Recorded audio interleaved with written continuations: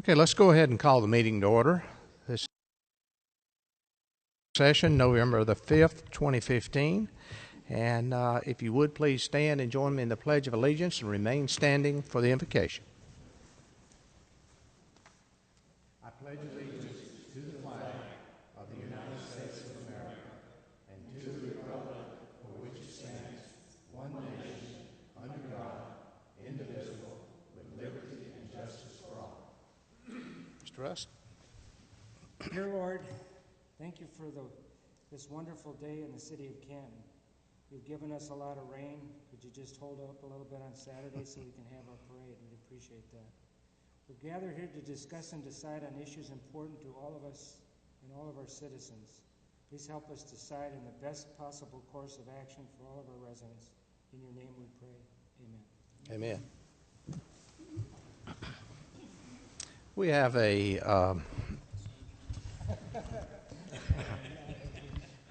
certainly like to welcome everyone here today. We have a special proclamation that I will read and then make a presentation to Don and Lila Stevens, who are here to receive this proclamation, and they will make a few comments after that presentation. This has to do with the World Pancreatic Cancer Day, whereas an estimate of Americans will die of pancreatic cancer in 2015, approximately 1,040 of whom live in Georgia. And whereas in 2015, pancreatic cancer will afflict more than 48,960 Americans, 73% of whom will die within 1 year of their diagnosis, and 93% of whom will die within 5 years of diagnosis. To date, pancreatic cancer is the fourth leading cause of cancer death in the United States, and it is the only major cancer with a 5-year relative survival rate in the single digits at just 7%. And whereas the incident and death rate for pancreatic cancer are increasing, and pancreatic cancer is anticipated to move from the fourth to the second leading cause of cancer-related death in the United States by 2020. And whereas help is needed to shine a spotlight on this disease and finally make progress in developing treatments and early detection tools. Now therefore, I, Gene Hobgood, Mayor of the City of Canton, do hereby proclaim November the 13th, 2015 as World Pancreatic Cancer Day in Canton to help raise awareness in our community and bring much needed attention to this deadly disease. Okay.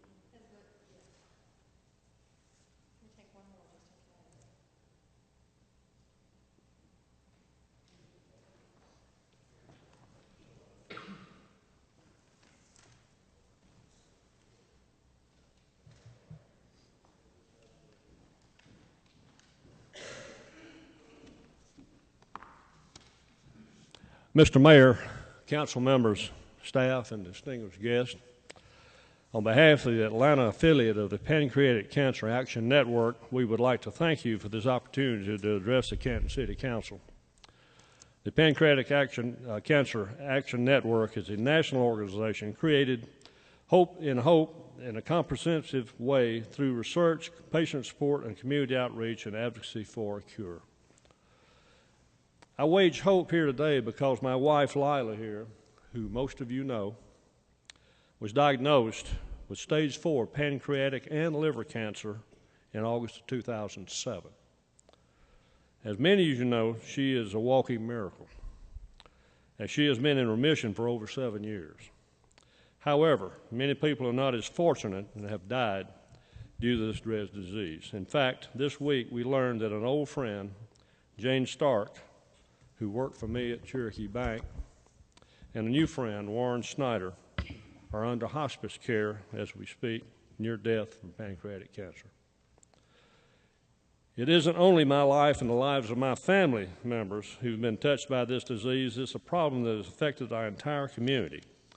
The incidence and death rates for pancreatic cancer are increasing, and pancreatic cancer is anticipated to move from the fourth to the second leading cause of cancer-related deaths in the U.S. by 2020. Moreover, an estimated over 1,000 people will die in Georgia and in 2015, and nationally, over 40,000 will die in the U.S. will lose their pancreatic cancer battle. Because there are currently no early detection tools or effective treatments, just 7% of those diagnosed will survive more than 5 years. It is the only major cancer with a 5-year relative survival rate in the single digits. We would like to thank the Canton City Council for your important contribution to this national fight against pancreatic cancer by declaring November 13, 2015 as World Pancreatic Cancer Day in the city of Canton. You are helping us to do the critical work of making the public aware of this disease and its truly lethal nature. We hope by working together with you, we will be able to continue to raise awareness, support patients and their families, and raise funds to find a cure through both individual contributions and federal funding and legislation. Lila and I are honored by your actions tonight. Thank you very much. Thank you, Don. Lila, thank you.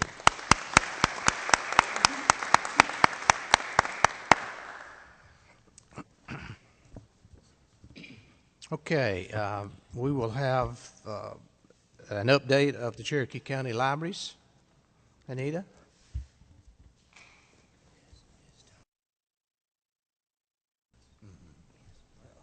Thank you very much for giving me this opportunity to speak to you today. I just wanted to give you an update on how things have been going at the library this past year.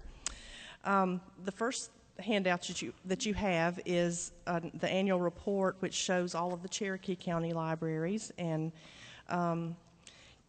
looking not just at the numbers, but also gives you a good idea of the different types of services that we offer. The adult programs, that's something that we're really expanding, and people are responding. A lot of people are enjoying coming and learning things, not just from books and computers, but learning from each other and from experts on different topics. Our children's programs are still popular as always, and we've had to add more story time sessions and those types of things to keep up with demand, but we're very happy about that because that's one of our big roles, is getting preschoolers ready for school, and getting helping their parents learn how to get them reading and reading to them. So those are still popular. Meeting rooms always are well used. And of course the internet and PC. So many people still don't have internet at home, and they use the library for that. And you see the figures for the different types of circulation. E-books, electronic books, we do have. People can download. I think I may have mentioned that to you last time I was here. And they are still very popular, and the circulation continues to increase as our collection increases. So just wanted to let you see those statistics, and if you have any questions about them, please ask me now or anytime. You can always send me an email or give me a phone call. I'm not sure if your pages are in the same order as mine, but we did last year, one of the things I wanted to especially talk to you about was our strategic planning process. It had been a while since we had done a strategic plan. So we undertook that with the help of, we started with staff and board members, and then we moved to the public. We had focus groups. About 25 different focus groups were held during last January, mostly January and February. And we wanted to talk to the public and see where they thought the library should go, what our strengths and weaknesses and areas we needed to improve. And we also did a survey. So some people attended focus groups, some people filled out surveys. And one of the sheets you have is some of the top responses. Of course, we had many, many more responses than these, but these summarize the most often mentioned. Strengths were customer service, the library is organized, easy to navigate and utilize, children's programming, ability to borrow materials from other libraries, and that was one thing that a lot of people didn't realize, that we could borrow from other libraries. Even people in the focus groups that already use the library, they were surprised to know that they could borrow not just from other branches in our system, but from anywhere in the United States. They like our system for placing online holds and the availability of computers. Then things that they thought were areas where we needed to improve were restoring weekend and evening hours, and we'll talk a little bit more about that later, so we are going to be able to restore some of those. More materials in all formats. They like all different kinds of formats, and we heard from people that they like ebooks and print books, and some like both in different situations. And that's consistent with what we're reading in the library literature these days also, is that while ebooks are very popular and will continue probably to be very popular, there is a place for both, and people do want both print and electronic. They think we need to do better publicity and promotion of library resources, and we agree, and we are trying to do more of that. More programs and events for all ages, more study rooms. The ones we have are very well used. Additional branches or service outlets, whether it's a complete branch or just maybe a smaller service outlet where people could pick up holds. People had a lot of ideas for that kind of thing. Collaboration with community partners and involving volunteers. So those were some ideas we heard over and over in the focus groups and surveys. So, and I'm greatly oversimplifying this. I know you've all been through strategic planning and you know what goes into it, but the end result was these goals and objectives, and you've got a copy of this. The first goal is to promote the library's strengths and services. Objective 1, communicate what we do and how we do it. It became very clear to us, and we suspected this even before we polled the public, that people, a lot of the things that we're doing, people just didn't realize we were doing. So, even though we want to do more, we need to let them know the things we already are doing. We also need to assess and improve our internal communications, and this came more from the staff. With so many branches and 3-county system, you've really got to do a strategic communication to keep everybody on the same page. Goal number 2, maximize public access to library resources and services, and that involves our physical library facilities and our virtual access to the library resources. We have a web page. We have databases that you can access through the web page. We really want the website to be like a virtual library, and it is. I mean, you can visit that 24/7 and access the resources and look up books and access your account and all of that. The third is create spaces where community connects.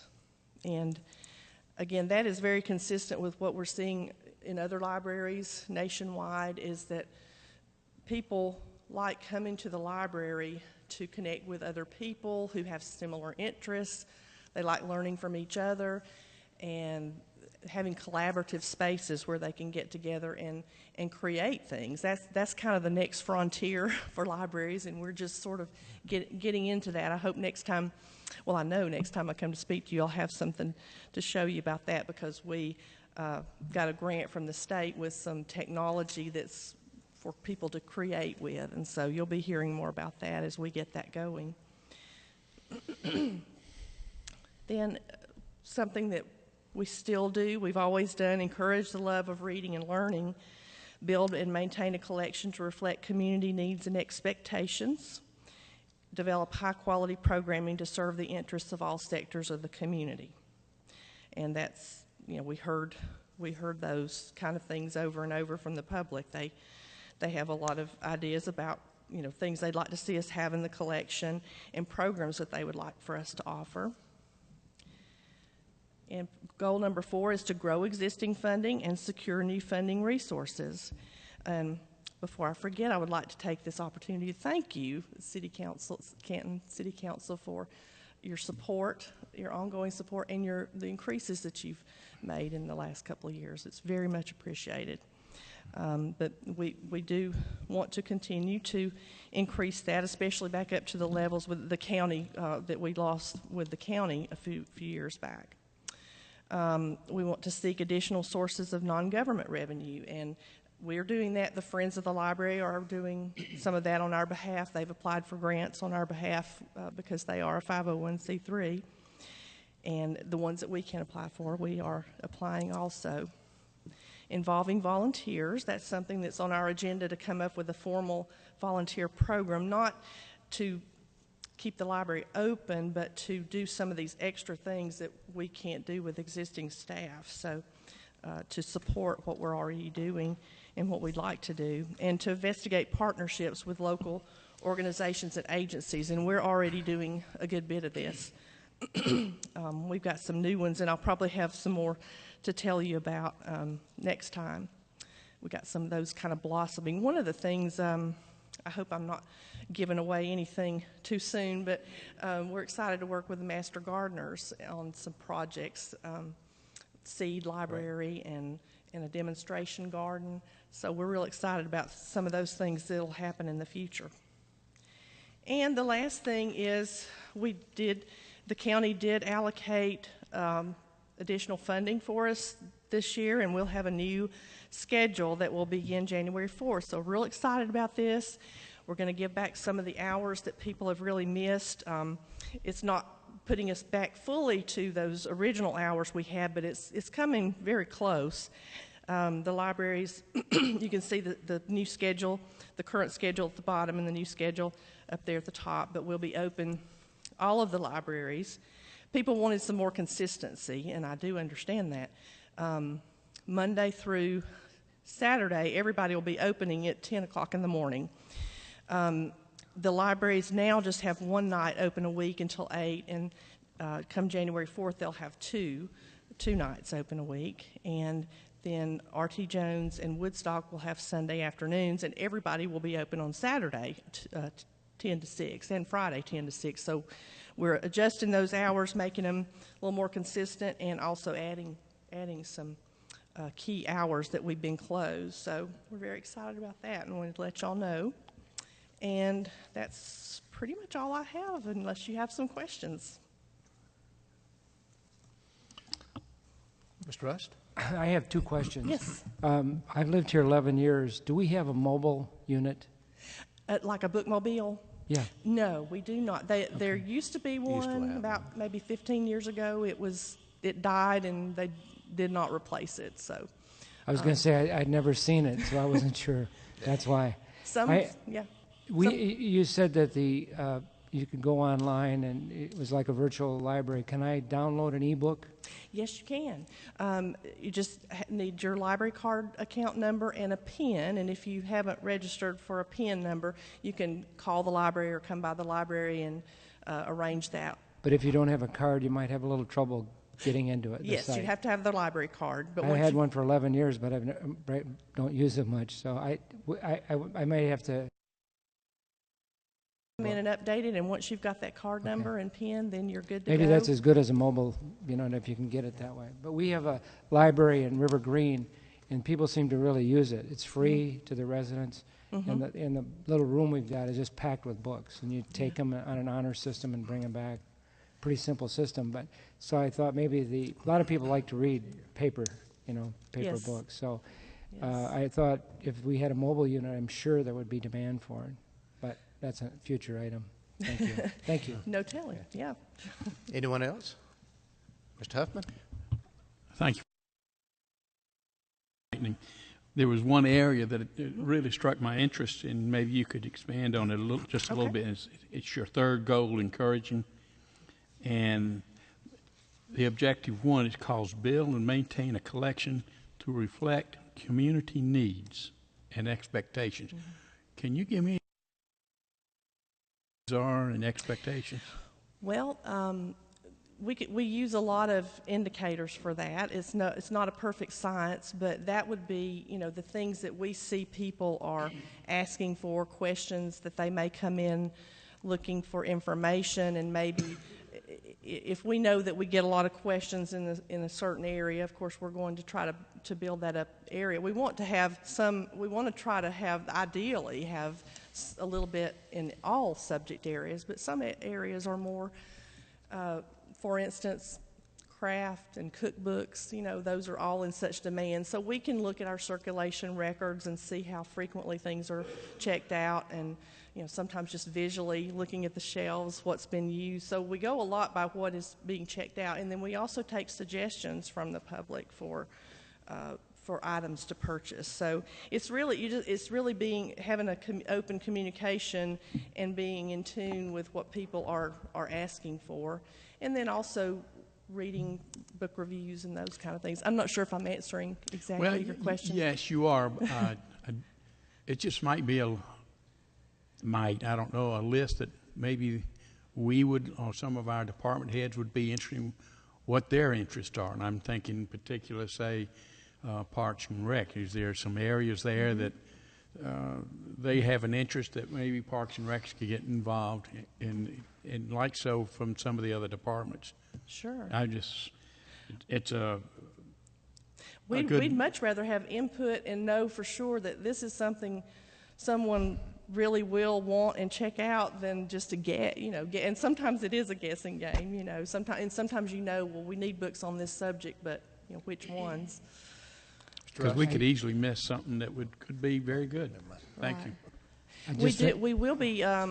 We are advertising right now for a collection services director, which is it's a position that someone left, but we've reorganized it, so that person, that's going to be their job, is to not only select the titles but also to study the community needs in all different types of ways that they can analyze data and see what is actually But nothing needed. sticks out in your mind right now other than gardening? Health-related information, and that is well, I was going to say for books, people come in a lot to look for jobs, but they're using more the computers for that. But health-related information, I hear, is all, and it always has been when I was out front.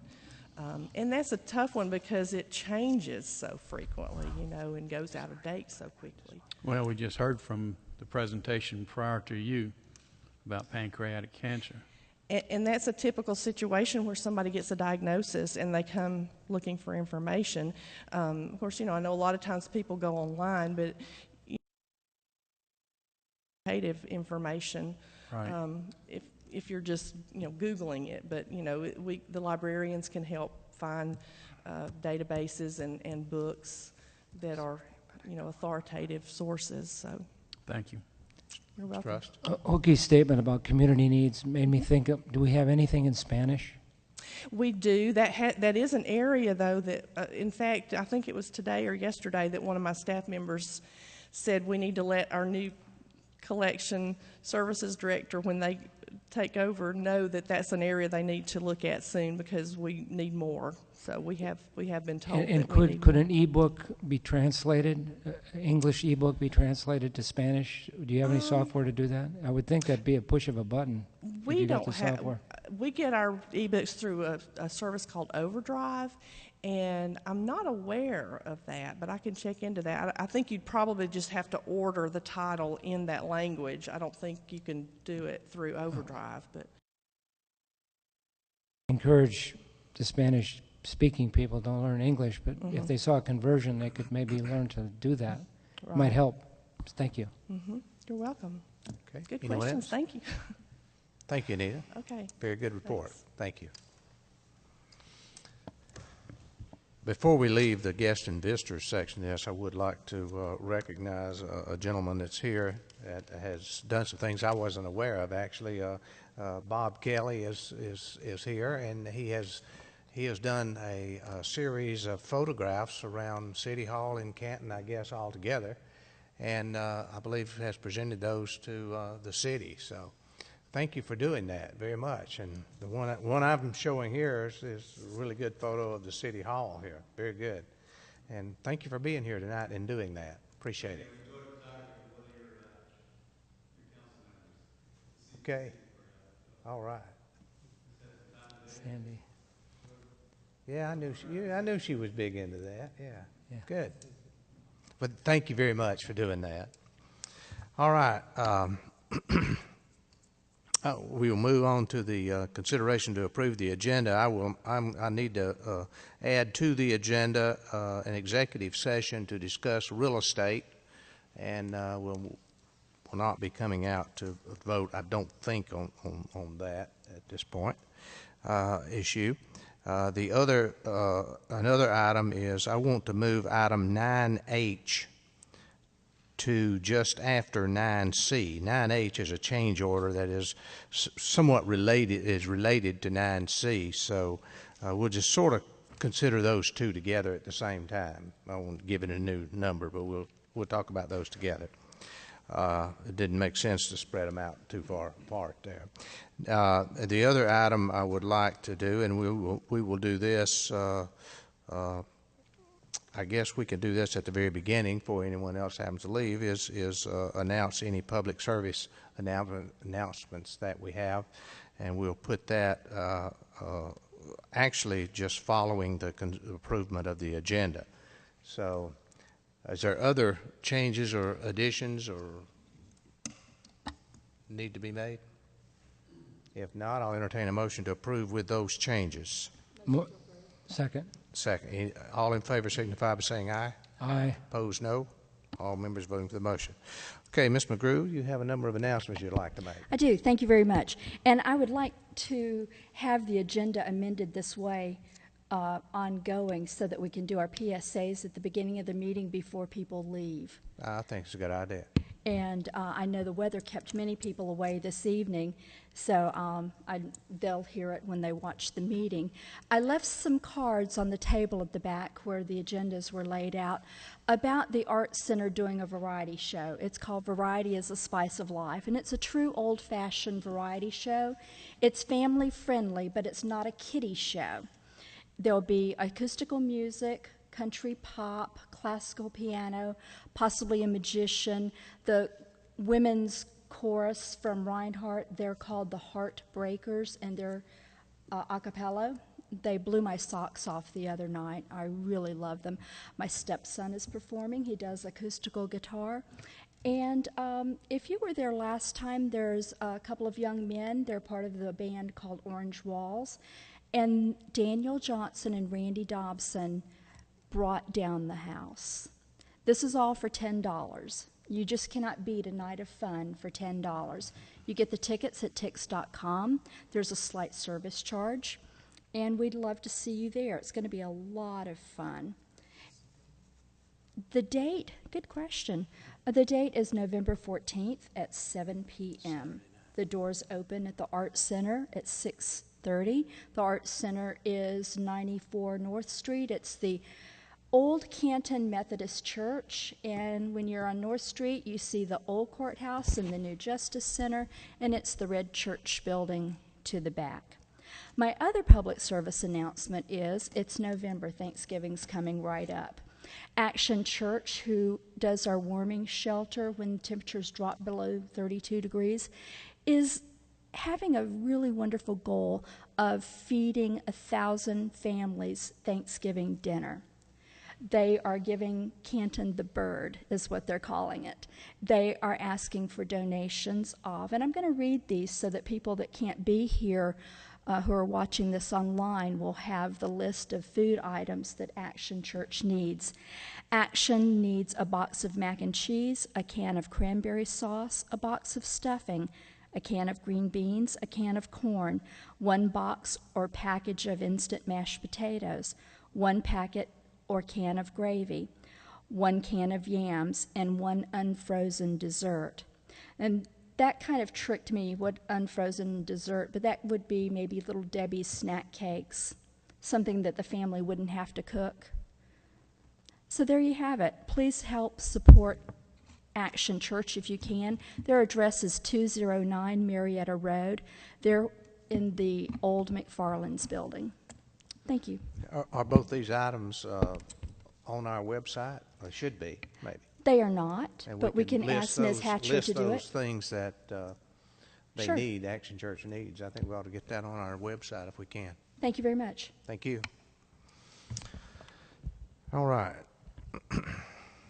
You have in your agenda package the minutes from the October the 15th, 2015 council meeting, and as well as the October 15th public hearing minutes. Are there any changes or corrections to be made? I did see one item. There are three instances where Councilwoman Grant is listed as Councilwoman, and 2 instances. Yeah, we better change those. We need more women on council. But I just thought for accuracy's Well, sake that should be thanks for the- corrected. Any other changes or corrections that we have? I noticed those as well. All right. If not, I entertain a motion to approve those 2 sets of minutes. With the correction, of course. We have a motion and a second. Those in favor signify by saying aye. Aye. Opposed, no. All members voting for the motion. Okay. You also have in your agenda package the financials for September, and you know that is the fiscal year end, September 30th. So does anyone have any questions? This is for informational purposes only. So we have the financial guru in-house with us here, so he knows who I'm talking about. Okay, then we will move along. A 10-minute public input. We have a couple individuals. Thomas Weaver.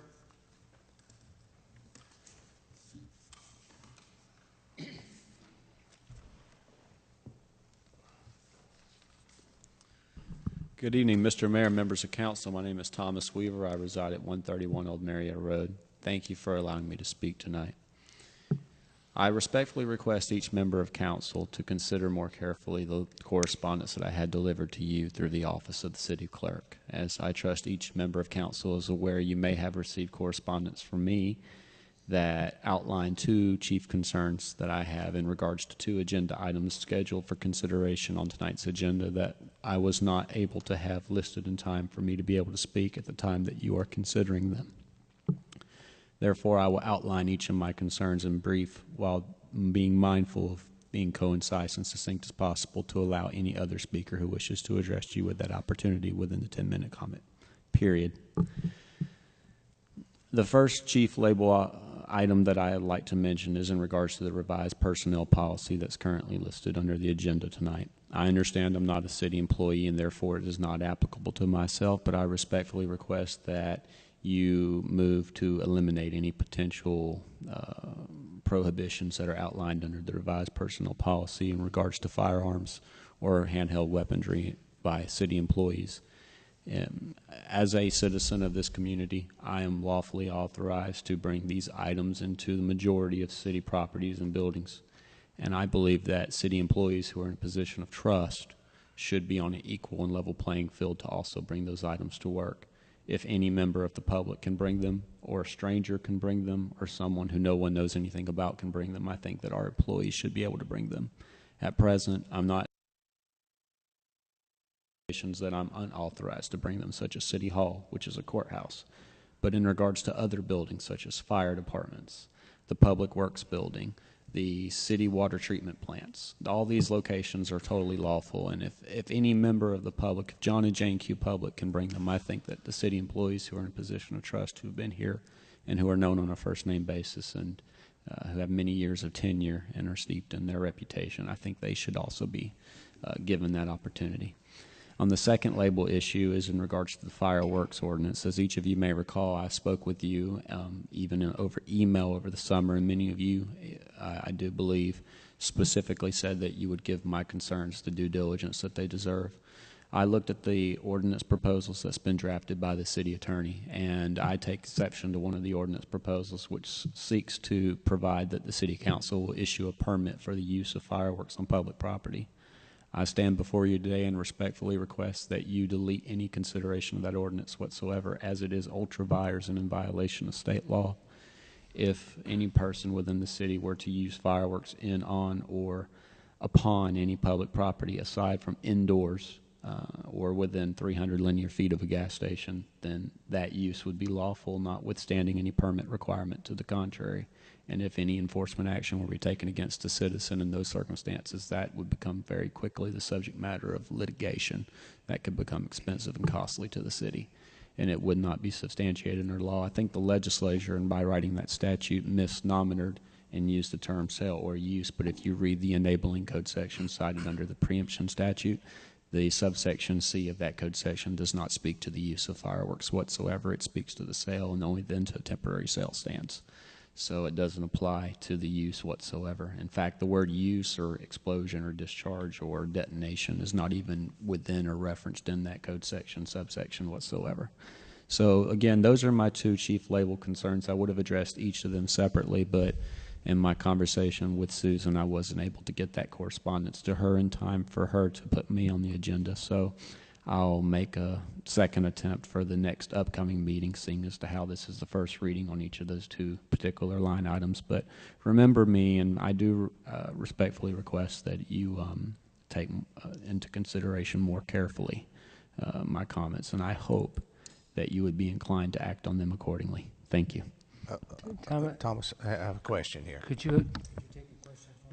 Absolutely.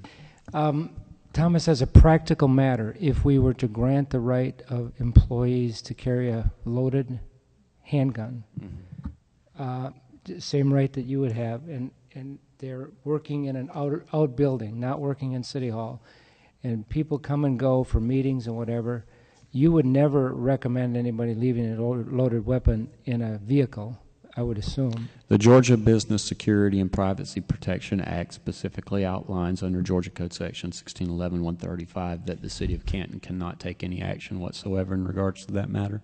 I would trust that you would seek counsel from your city attorney on that. However, I, again, to be clear, take the position that seeing as to how I, myself, or any of your constituents that stand or sit behind me, they're authorized to bring these items under particular circumstances into these locations. I think that your city employees should have a level playing field. But they don't have a right, nobody has a right to bring a firearm in this building. Not so the City Hall. Someone works in Public Works and they have a meeting here. They have a loaded gun.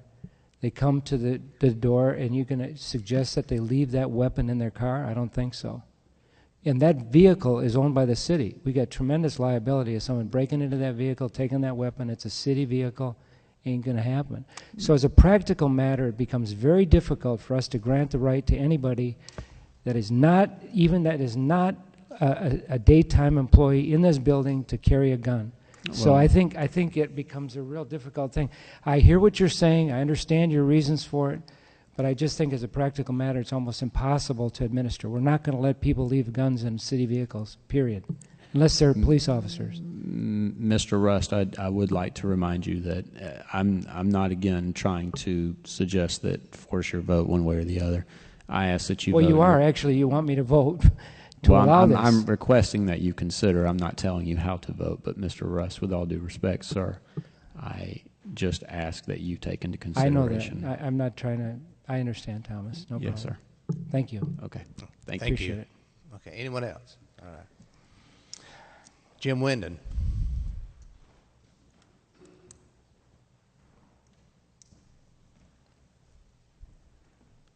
Mr. Mayor, Council, this is a great election. Congratulations to those that sought and retained their seats, and for those that have served and chose not to do so. So, nicely done.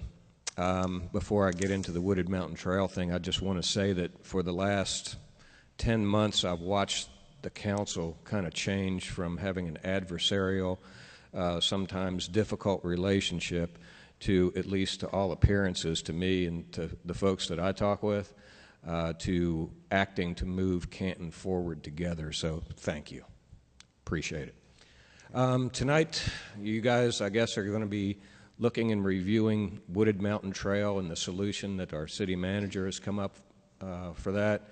I would simply ask that you think back to the last 7 years that I've been coming up here trying to get the condition of that street addressed, and that you go with the recommendations that seem to be the best for the residents of the street. And take one lesson away from it. I'm sure that our city manager probably is aware of this already, but apparently in the past, a lot of things happened as far as signing off on streets, accepting them, or at least on paper accepting them, that has caused the city to come to the position that we find ourselves in now as far as repairing things that contractors should have done. So while I wouldn't ask that anything retroactive happen to whosever initials were on those documents, I think that maybe if we tighten the ship up just a little bit as far as policies and procedures before we go signing off on things like that, it'd be a step in the right direction. So please consider what the proposal is, and keep in mind the long-suffering residents of Wooded Mountain Trail, and thank you for your time. Can I ask him one quick? Sure. Jim, Sure. recently we talked about a unique method of solving some of our streets' problems, a special tax district. I don't think that's what we're even contemplating with you, but are you aware of what we did with? I am. That's up in the Prominence Point area. Yes, correct. Yeah, I think that has to do with streets that are currently designated as private and never were accepted by the city. Yeah, I know. Whereas the situation that we, the residents, found ourselves in was that the city signed off on our street, meaning we had no recourse to go to the developer and say, fix the street. The developer, when we said that, said, go talk to the city, and the city said they're not our streets. And for 5 years, we kind of batted that ball back and forth across the net. So at least we finally solved that issue, and I think we've got some good solutions here. So there is a fundamental difference. So. I'm sorry? Yeah, Yeah, there's a fundamental difference. Oh, absolutely, yes. Okay. It may work in some other areas, but it's not appropriate for yours. Thank Okay. you. Jim, let me say one thing. I can almost guarantee you that the ship has tightened up in the last few years from what it used to be. And we do get performance bonds when that happens, and, keep up with them. And I can assure you, any new developments coming in, we're going to be covered. We're going to cover the city and protect the city in that respect. Unfortunately, it didn't happen some time ago, and that's your street and many, many other streets are the same way, that we're kind of stuck to fixing, and we're going to have to go into one massive street program in order to begin to catch up where we ought to be. But we're doing better, and staff is doing better, and they know that they have to protect this city in every way they can. Well, I'm real excited about the direction the city's moving, so just keep up the good work. Thank Thanks. you. Thank you. Okay.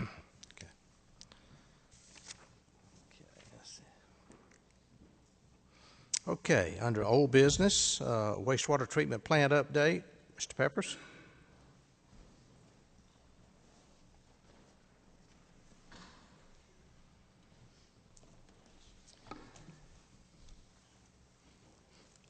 You should all have the updated progress photos in your packet. The current schedule is okay. We're on schedule to be completed June the 29th of 2016. Based on the latest contractor's schedule, he's about 2 weeks or so behind schedule. A lot of that was due to inclement weather throughout this year. He's making an effort to make up some of that time by working later during the week and on an occasional Saturday. But all in all, it's going pretty well. The main biological tank has been done. It's been hydrostatically tested. A lot of the underground piping is in, and they're working on the headworks facilities now. So it's all coming together. I do want to let you know that there probably will be a change order coming from Engineering Strategies on the engineering side, and that's primarily due to the difference in the timing of the project. When ESI's contract was awarded back in, I think it was in May of 2014, it was based on a 21-month construction time, and then we spent, I don't know, 6 months or so doing redesign, and the contractor was working a little bit. So there'll be some time. I don't know the exact amount yet, but I just wanted to make you aware so it wasn't like this last-minute thing that's like, oh, by the way, here it is. So. Okay. Okay. Mr. Grant, you have a question? Yes, I appreciate these updates. As you know, I'm a big fan of them. I was just wanting to request, in addition to the photos, when we get these updates, could we get a very quick snapshot of where we are financially? I know you mentioned the change order, but that we're on above or below budget. What is budget for this project? Yeah, I don't know the exact numbers off the top of my head, but I'm even with a proposed change order for the engineering side, we still should be within our loan amount and maybe even have funds left over. So Yeah, from that standpoint, I think I from know a we had some financial standpoint, we're doing discretionary pretty well. there, but if it could just be included in the report, a very simple No problem. note, Yeah, so absolutely. for the future ones. Thank you. Ms. McGrew? I know you said you didn't know how much the change order was going to be, but do you have a ballpark dollar amount? No, I don't. Okay. And I don't want to say it because I don't want to speak for them on their. All right, I understand. I was just curious as to if we had a ballpark. No I'll- worries. I can check on that and get back to you if you'd Okay, like. thank you. Anyone else have a question on that issue? I was going to ask the same question about the change orders. That's been covered. Thank you. If I may, counsel, on page 4 of the financial statements, I have made it a point to always break that part of. Yes, I'm sorry. On page 4 of the financial statements, under the Water and Sewer Fund, I have made it a point in the past, and I will continue to do so until the project is complete, to break out the wastewater treatment plant expenditures to date so that y'all can always see those. Okay. Wooded Mountain Trail.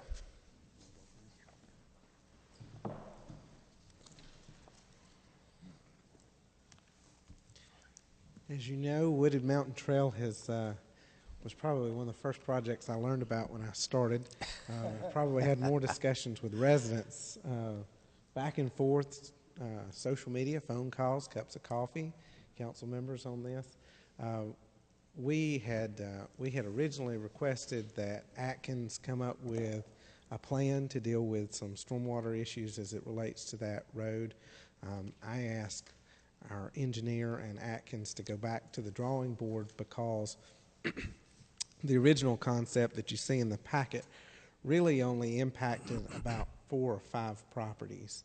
And to me, it didn't seem like a good expense of taxpayer dollars to fix something in the interim. I'd much rather get the entire street prepared once, knowing that this is a street that we've taken on that had some inadequacies. So what we are requesting moving forward is that they look at a full repave of the street, a full curb on the residential side of the street, reclaiming the ditch on the interior side of the road, and improving the inlets and stormwater throughout the street as well. I don't think that we're going to be able necessarily to widen the street greatly. We've got some slope issues on one side, and I don't think we're going to be able to go to the expense of maybe retaining walls and things like that. But I think what we can do is we can improve the street at the very least to the side that's at the residential, and maybe reclaim a little bit of area on the inside curb. Okay. Yes, sir. Are we going to address the cul-de-sac? You can't do much to make that bigger. I don't think we can make it bigger, but I do think we can look at the shoulder of it where it's falling in a little bit, make some improvements on the shoulder, and then repave that cul-de-sac as a whole. And then additionally, you know, what I've talked with Mr. Estabian about is moving the project forward so that we can get contractors ready to start as soon as we thaw out of the winter season. So that can be one of those first projects that we hit coming out of the winter and the spring, and getting it all done at once. You know, I know that some have said, well, you've been able to pave certain streets before you're able to get this one done. I think the significant issue with this street is there's going to be a lot of concrete work that has to be done as well, and you know, with weather, it's hard to get that scheduled. We'd rather be able to get the whole project done at once as opposed to doing this phase now and this phase later on either side of winter. Yes. I understand the street needed to be re-engineered practically. Can you define for me reclaiming the ditch? That's one. There's already portions of a ditch on the interior side of the street that leads towards the hill up to the next road. I think we would just go in and try to improve that as much as we can. Maybe that we can go into certain sections and add some riprap or just to keep some erosion issues on that interior side. Okay, my second one was on the interior side of the street next to the ditch, there's a lot of breaking away. Will any coping be put on the street? Will there be any requests to residents to not park across that? Are there vehicles breaking away the pavement? Well, I think as part of doing that street, we're going to have to look at least the base as it sits on the edge. We may have to go in with some gravel to build up some of that base a little bit before we pave over again. Clearly, anytime you don't have a finished edge and you pull over, you could have some crumbling. But if it's done well, it's not a wide street to begin with. And if you end up with a curb on both sides and it falls off into a ditch, you're going to have significant issues. So we're trying to make it as good as we can with what we've been given. And I think that what we're going to be able to do is going to be a dramatic improvement for the residents out there, and that they'll appreciate that. And I would rather go in and try to make major repairs all at once as opposed to piecemealing sections of the street. I totally agree with doing it all at once. Yes, sir. Billy, there's two things. First of all, is there any way to put a hard edge on that ditch side, like a concrete edge, no curb, just flat edge? Because no matter how many signs you put up, when a guest comes, they don't really have a lot of good parking there. They're going to pull off there. You're going to break down that edge. But if you put not a curb, but like a 4 inches of concrete, but just flat, and certainly would keep the edge from breaking down. You're going to have to go over concrete We can sit down with the engineers and try to estimate what that cost would be, and probably the best thing to do, and Atkins has done some work on it. We're probably going to have to increase the task order there for some additional designs, but have them come back with 2 or 3 different options on that interior side, and let's look at the price and let's look at how long a fix might last us. Yeah, if we're going to do it all and do it right, that might make sense. But here's one more question. I think when this first came up, there was going to be a pretty significant design cost. We decided rather not spend the design cost just to do it.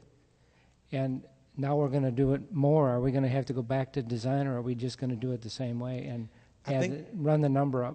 I think we're going to have some design cost, but I think we can glean certain things from that, such as the linear foot cost of curbing. It's not going to change substantially if we include the whole road, that individual cost.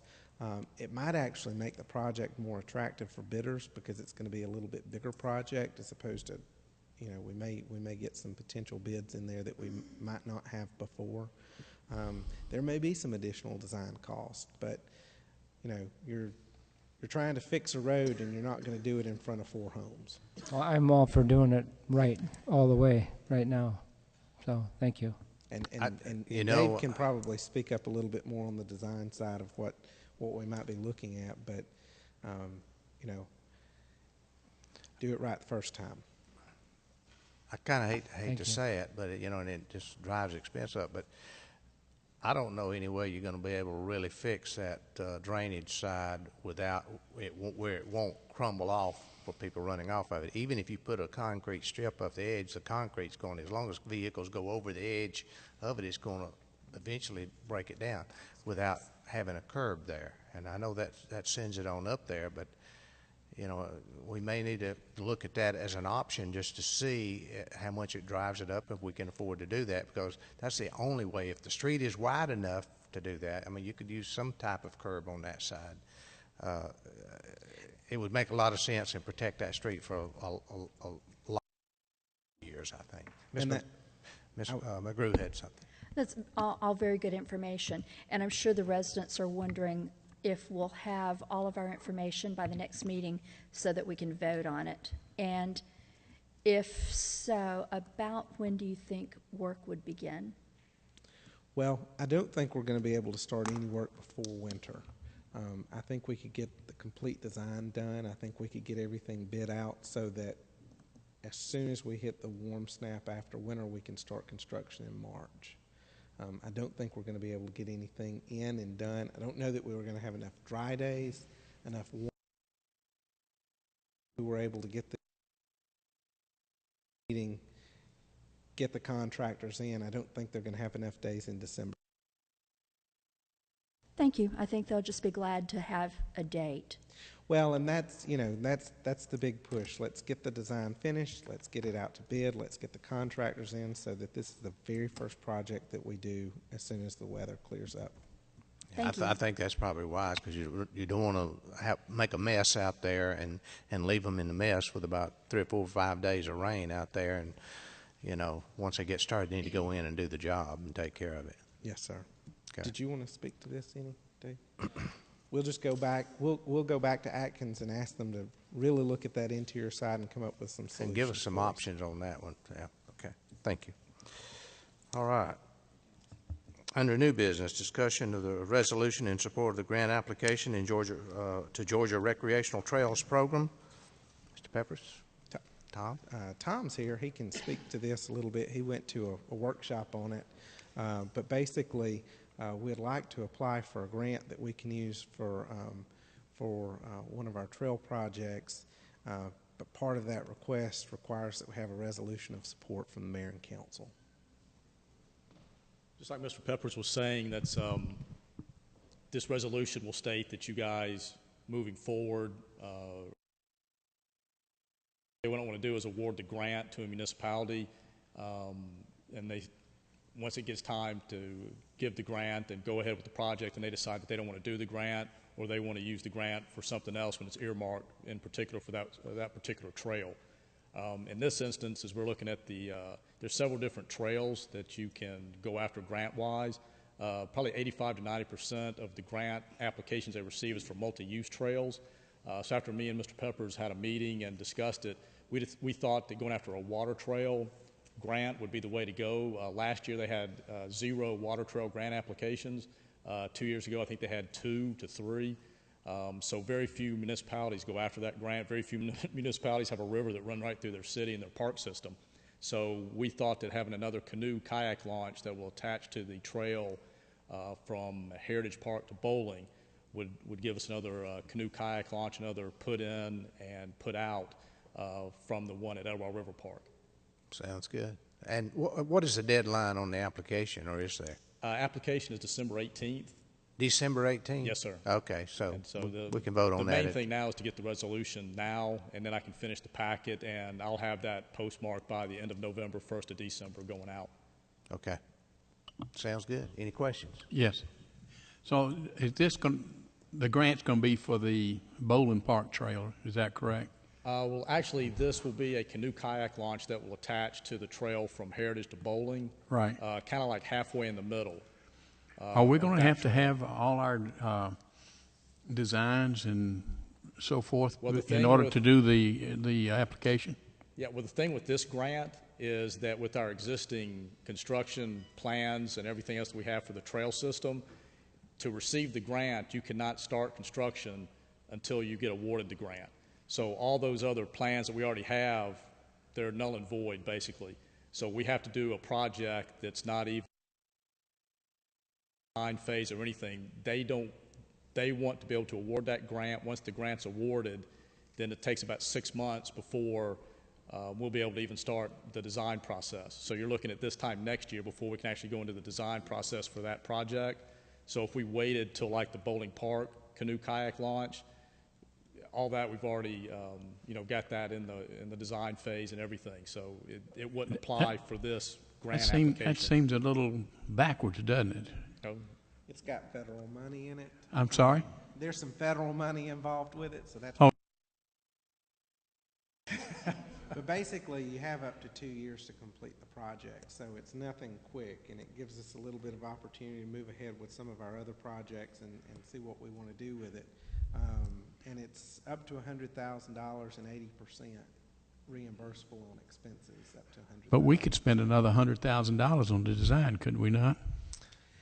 I don't think you necessarily would on the launch into the river. I mean, you know, topography is going to determine where it might be, and then you're going to have some construction cost. We didn't spend $100,000 on the canoe launch that we have already. Well, yeah, I wouldn't think we would have, but this project is going to be a good bit more. Anyhow, that's fine. I just thought it very unusual that they have to go about it in the process that was stated. So their grant program is based on trying to convince communities to be innovative with trails. Okay. And think outside the box to develop trails. We already have trails plans that we're working on. This just allows us to spend a little bit in an area that maybe we wouldn't have spent on before, which is the waterway.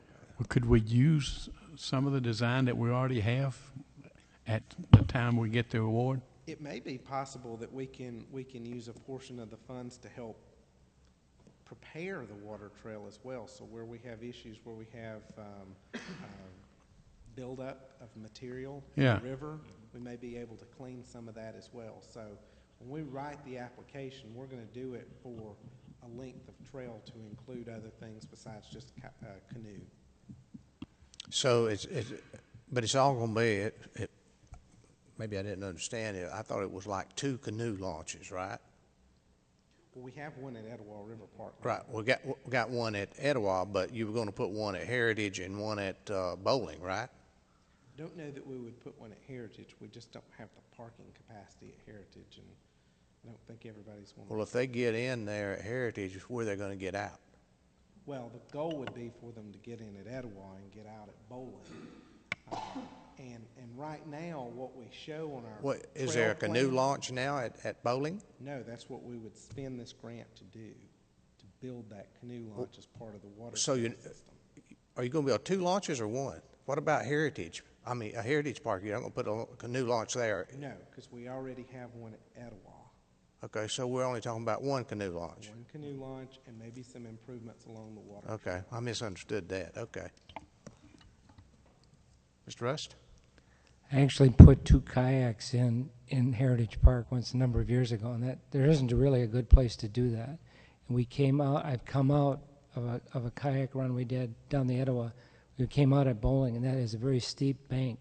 But here's my simple question: we got really, really high water right now. Can you build a wooden kayak canoe launch that would survive floodwaters as high as they are right now? I mean, that river is pretty brutal on anything along the bank. That's why it's brown. a lot of silt.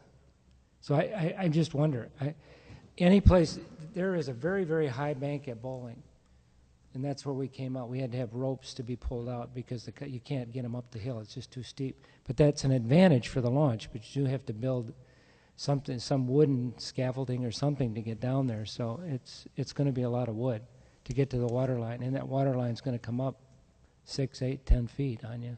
So I'm just thinking. I watched our developer in River Green build a 3,000-pound bridge that floated away 100 yards down this creek. I rebuilt one that's 500 that's still there, 500 pounds.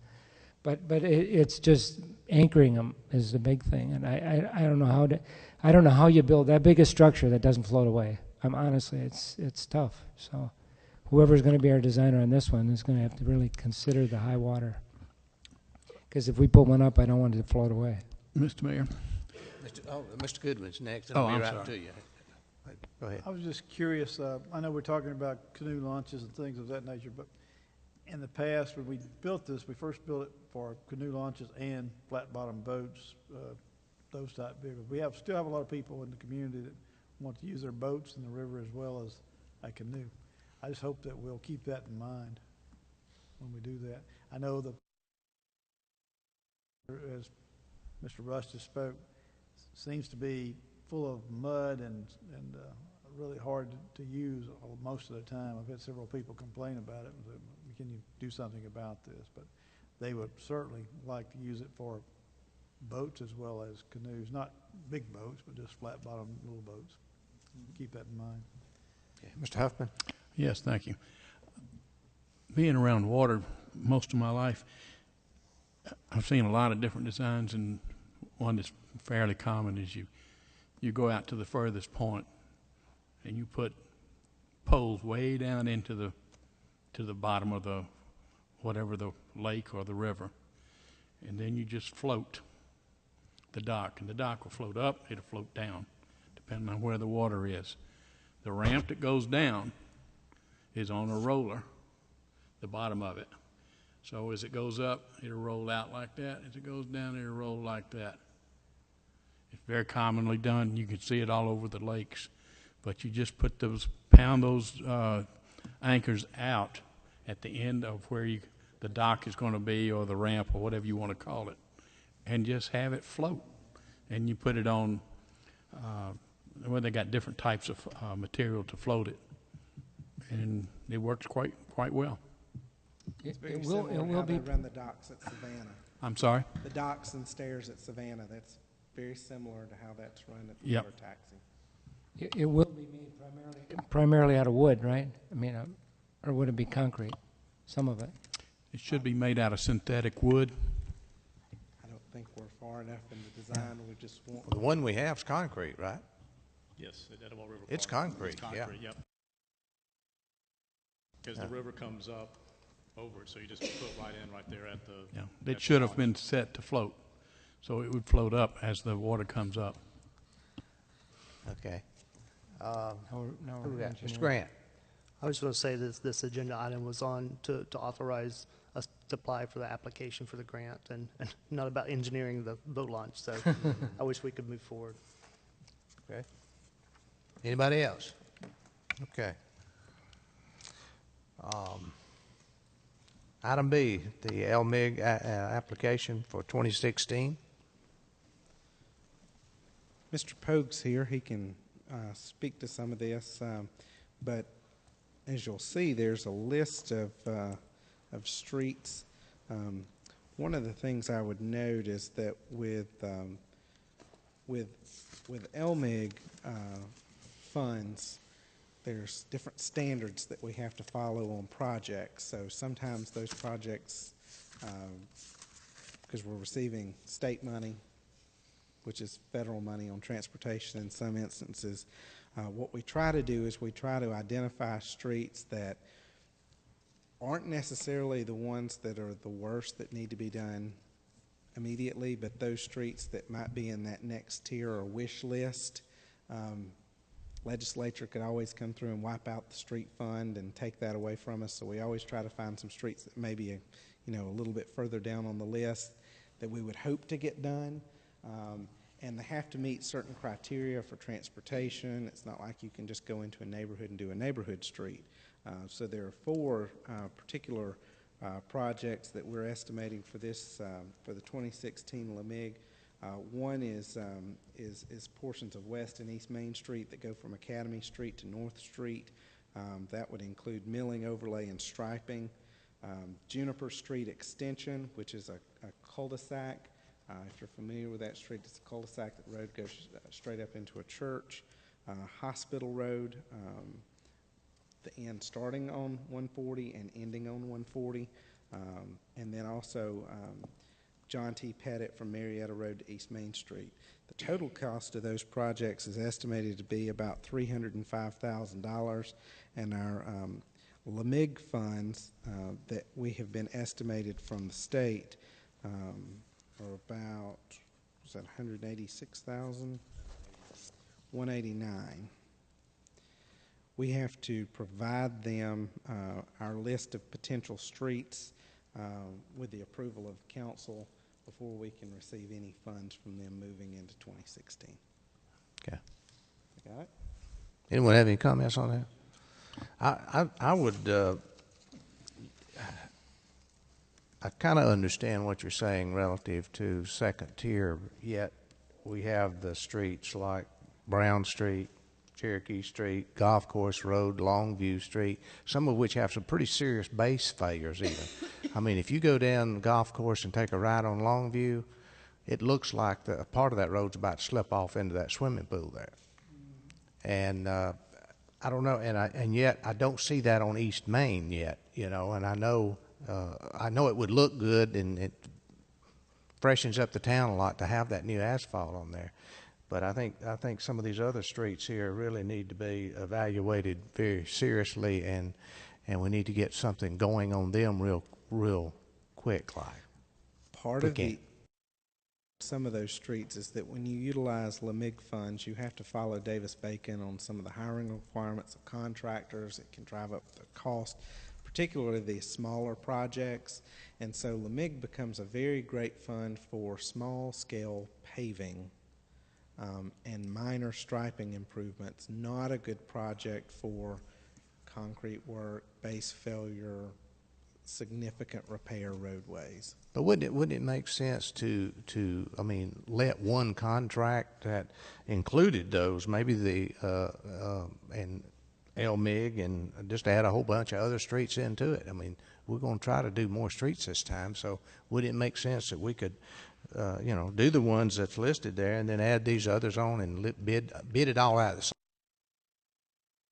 Could, but we very likely follow the same requirements for construction on those local streets that we're paying for locally that we would on those streets that we're using state funds. Even though those streets were not on the LMIG list? I mean, you'd still have to do it. I guess you'd have to do the same personnel type requirements there.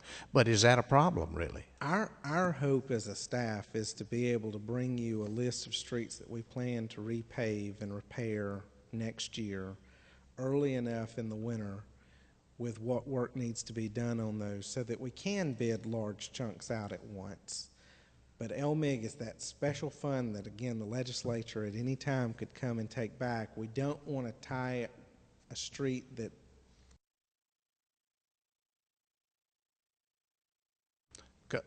Are you saying that the LMIG that is being bid out is likely to cost more the other streets we're going to bid out because of those requirements? I think so. Anyone else? Yes. Mr. Huffman. I'm kind of in agreement with you, Mr. Mayor, is that the smaller streets or the secondary streets, they're always going to cost more whether we do it now or whether we do it later. So I don't think I think some of these smaller streets, if it costs more, it costs more. Next year, when we have this, it'll cost more to do a smaller street then. So to me, it doesn't make any difference. You're either going to do it now, do it next year, do it the next year. Because it's a small street, it's going to possibly have those costs involved. And we just got to bite the bullet and do it. And I agree on the entrance into the city, and I love that. But we simply have got to bite the bullet and start addressing some of these smaller streets rather than find good reasons, and financial reasons are good reasons not to do it. We have got to just do it. The citizens deserve it. I think part of it is it has nothing to do with the size of the street, whether it's small street or large street. What it has to do with the fact is that some of these streets are streets that don't necessarily need major repairs, but they are streets that get a lot of traffic. And when you can go into a street that isn't necessarily needing major improvements and put a nice top coat on it, it might strengthen the life of that street. So, for instance, East Main Street is a street that's constantly getting traffic on it. It's traveled very highly. So while it's in decent condition, if we go back and we repave it, we'll get a lot more life out of that street long term than if we let it go for a year or two before we make an improvement to it. So you've got streets that are in bad shape that we've got to work on that are necessary to get done, streets that are in good shape that may need just minor improvements to them, and streets that are kind of in that mid-range category that if we go ahead and act on them now, we're going to save ourselves dramatic expense if we had to do it 2 or 3 years down the road. And that's where most of these streets fit in. What's the plan for the smaller streets, or I've dropped the word smaller, the streets in poor repair? What's the plan for those? I think the plan on that is what the council did this year, which was allotting more of the SPLOST money towards those road projects. I mean, this was the first year where council said, hey, let's put another $1 million in SPLOST, another $1.5 million into SPLOST for streets.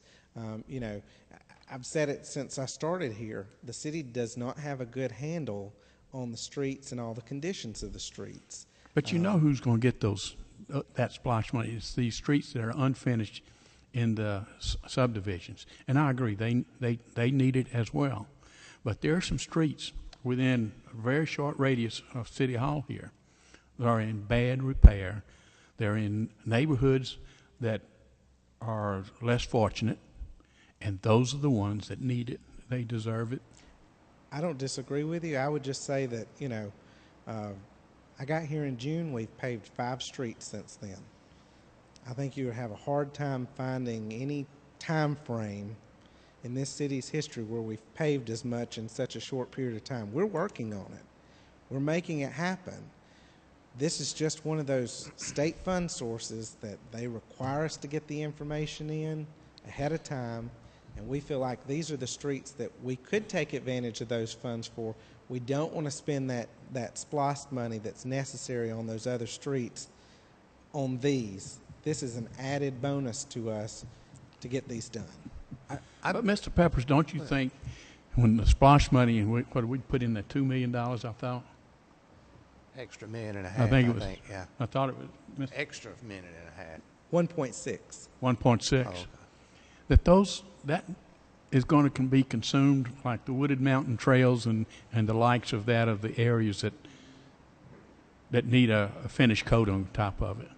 I want to know how we're going to take care of the areas that are just less deserving or not less deserving, because they're more deserving, but they're less fortunate areas as far as family incomes, I guess, to give it a better description. And these streets are in poor shape, and I see the 1.6 million going over here. I see this going to these streets, and there again, those folks are still left out.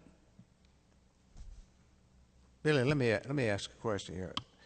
Because these are on the LMIG list, does that mean that they will be repaired sooner than other streets in the city that need to be repaired? Not necessarily. That's my question. I don't really think it matters which streets are on that list. You know, I mean, you could put Cherokee Street, Longview, Golf Course, and many others around on there. Would it make any difference if the other streets were there and these streets were not on there? Well, the thing about this is these streets are contingent on the state approving them, the state approving the funds, and actually giving us the funds to get it done. That doesn't prohibit us from taking the $1.6 million of SPLOST and right now working on that system of streets that we want to locally fund. We're already doing that. We're just saying if the state's going to give us money, these are some streets that if we go ahead and get some work done on them, we can extend the life of those particular heavily traveled streets. Well, they're going to give us $180-something thousand regardless, really, aren't they? I mean, no matter which streets we put on that list, that's pretty much what they're going to do. And we can change the list if you want to do that. I mean, I'm just saying it probably doesn't make any difference which streets are on this list and which streets are not, if those that are not are going to be in a program to be expedited at about the same time. Or that's one reason I was wondering if you could bid them the same, but I kind of understand the difference in most the regs. reputable paving companies and engineering companies that specialize in roads are going to tell you that you need to spend a portion of your money on those streets that are in bad condition, but you also need to spend a portion of your money on those streets that are in that medium condition so that you don't go into further debt on them in the future. So as a city, we're going to constantly be looking at the best value that we can get for our paving dollars. Some of that's going to be on those tougher streets, and some of it's going to have to be allocated to those streets like the ones mentioned below that are heavily traveled so that we can extend their life further out. It's not because this street is in this area. We're just looking at those particular roads saying, if we spend $100,000, say, on East Main Street, it may buy us another 7 or 8 years. If we wait 2 or 3 years to get it done, we may have to do it immediately, and it may cost us more. Mr. Grant? I'll make 2 comments, and then I'll shut up. Okay, go ahead. First of all, I like my plan that I mentioned a couple of meetings ago is let's float a bond and take care of this thing. Our streets need it. Our citizens need it. They deserve it. I think they would probably vote for it. And the last comment is it, Mr. Peppers, I just believe if Great Sky or River Green or whatever the subdivision walks in here in mass and say they need that street repaired, they're going to get it. And then these other streets that we've been talking about will be passed over again. I totally agree with your analogy is that you got to keep them up. And we have missed that opportunity of not doing that all along. So I think the best thing to do is go back and float a significant enough bond to take care of all the streets and put it up to the citizens and let them vote. Thanks. Okay. Mr. Grant. Yeah, I think if I have this correct, that we're confusing funding with priority. And it was my understanding once the council approved, okay, these are the actually streets that we do own and maintain, that the next step, and what I heard you say is that you're working on that now, is to prioritize those streets so that the worst ones would be repaired first. Is that a correct statement? Well, it's a combination. One of the companies that we've looked at that can go out, survey all of our streets, give us a plan of action on how to repair those streets. What they're going to come back with is a formula that says if the city puts in $2 million in this year to repair the streets, this is where you're going to get the best bang for your buck. And they're going to do what I said earlier. They're going to allocate a goodly portion of that towards those streets that need significant repair, but they're also going to allocate a portion of those funds to streets that can buy longer life. So it's constantly that whatever you put in there, how do we get the best bang for that buck? And some of it is true soup to nuts repairing of streets, and some of it is surface paving over here. Some of it might be sealing. Some of it might be change of materials. Some of it might be as simple as striping. But whatever amount of money we have, we're going to stretch that as far as we can in any given year. And that we'll have outside professionals giving us objective criteria of the prioritization of the streets. Third party, correct. And so it's not necessarily that someone can come in and scream their street. But allowing a third party to do that takes who lives in this area or this neighborhood out of it, and it puts it into the terms of these are your worst streets, these are your best streets, this is the best use of your funds that you might have available in any given year. And when we repair a street, it gets shifted back down because now we're taking it from this grade level to this grade level. That's what I wanted to clarify, is outside third party giving us that criteria, not council deciding that. So thank you. Mr. Yellen? Okay, if I understand correctly what you were saying earlier, if we list all these other streets on this list and send it to the state, then that kind of ties our hands as far as what we can do. We have to follow their guidelines even if they don't give us the money. Did I understand that correctly? No, I think what I'm trying to say is there are certain state and federal guidelines that you have to do when you use their funds versus you using local funds. Mm-hmm. It doesn't help us to list any more streets on the application. The dollar figure that they've estimated for us is what they've given us. You know, if we take the streets that are the more public routes, which is what we have done, and we use those funds for them, it's going to be easier to get a contractor that's going to follow all of those procedures on those streets, which is what we've done in the past. It's mostly been one or two contractors getting the whole load of that lump. If we add additional streets to it, there's there's no benefit to the city because we already know we're going to do those additional streets with SPLOST money. Okay. So and my second thing is, you don't sound 100% confident we'd actually wind up with the money. We'll get the money. We'll get the money. Okay. I don't think that, frankly, I don't think in an election year they're going to remove those funds at the state level. But you always face that chance that when you're relying on state or federal dollars to get a project done, it gets moved somewhere else, it gets removed for another priority, and that's why we don't want to tie it to some of our most highly prioritized streets, because we already have some of the local funds to get that done ourselves. Okay. And this is stuff that wouldn't even be on your radar to do this year without this money. It'd be on the radar, but again, it would be on the radar as in, if we make these repairs, we may buy ourselves 5 or 6 or 7 more years on that particular street, which is an advantage to the taxpayer because we're using those state funds to get it done now as opposed to waiting later when those funds might not be available and having to use only our SPLOST to get it done. Okay. Okay. Next item, discussion of the recommendation to award to the Etowah River Park to Heritage Park Trail contract in the amount of $373,665 to Curb Tech, Inc. Anyone have any questions or you have any discussion on that? That was a low bid. Mr. Rust? I have just a couple questions. When the heritage trails around the Heritage Park were built, there were 10 inches of Georgia GDOT specified that because they funded a lot of it. But part of that was because of 2 reasons, floodplain and heavy trucks driving over those sidewalks. Why are we going with 6 inches of concrete, 4 inches WWM? What does WWM mean, Dave? Okay. But we could go all the way down to...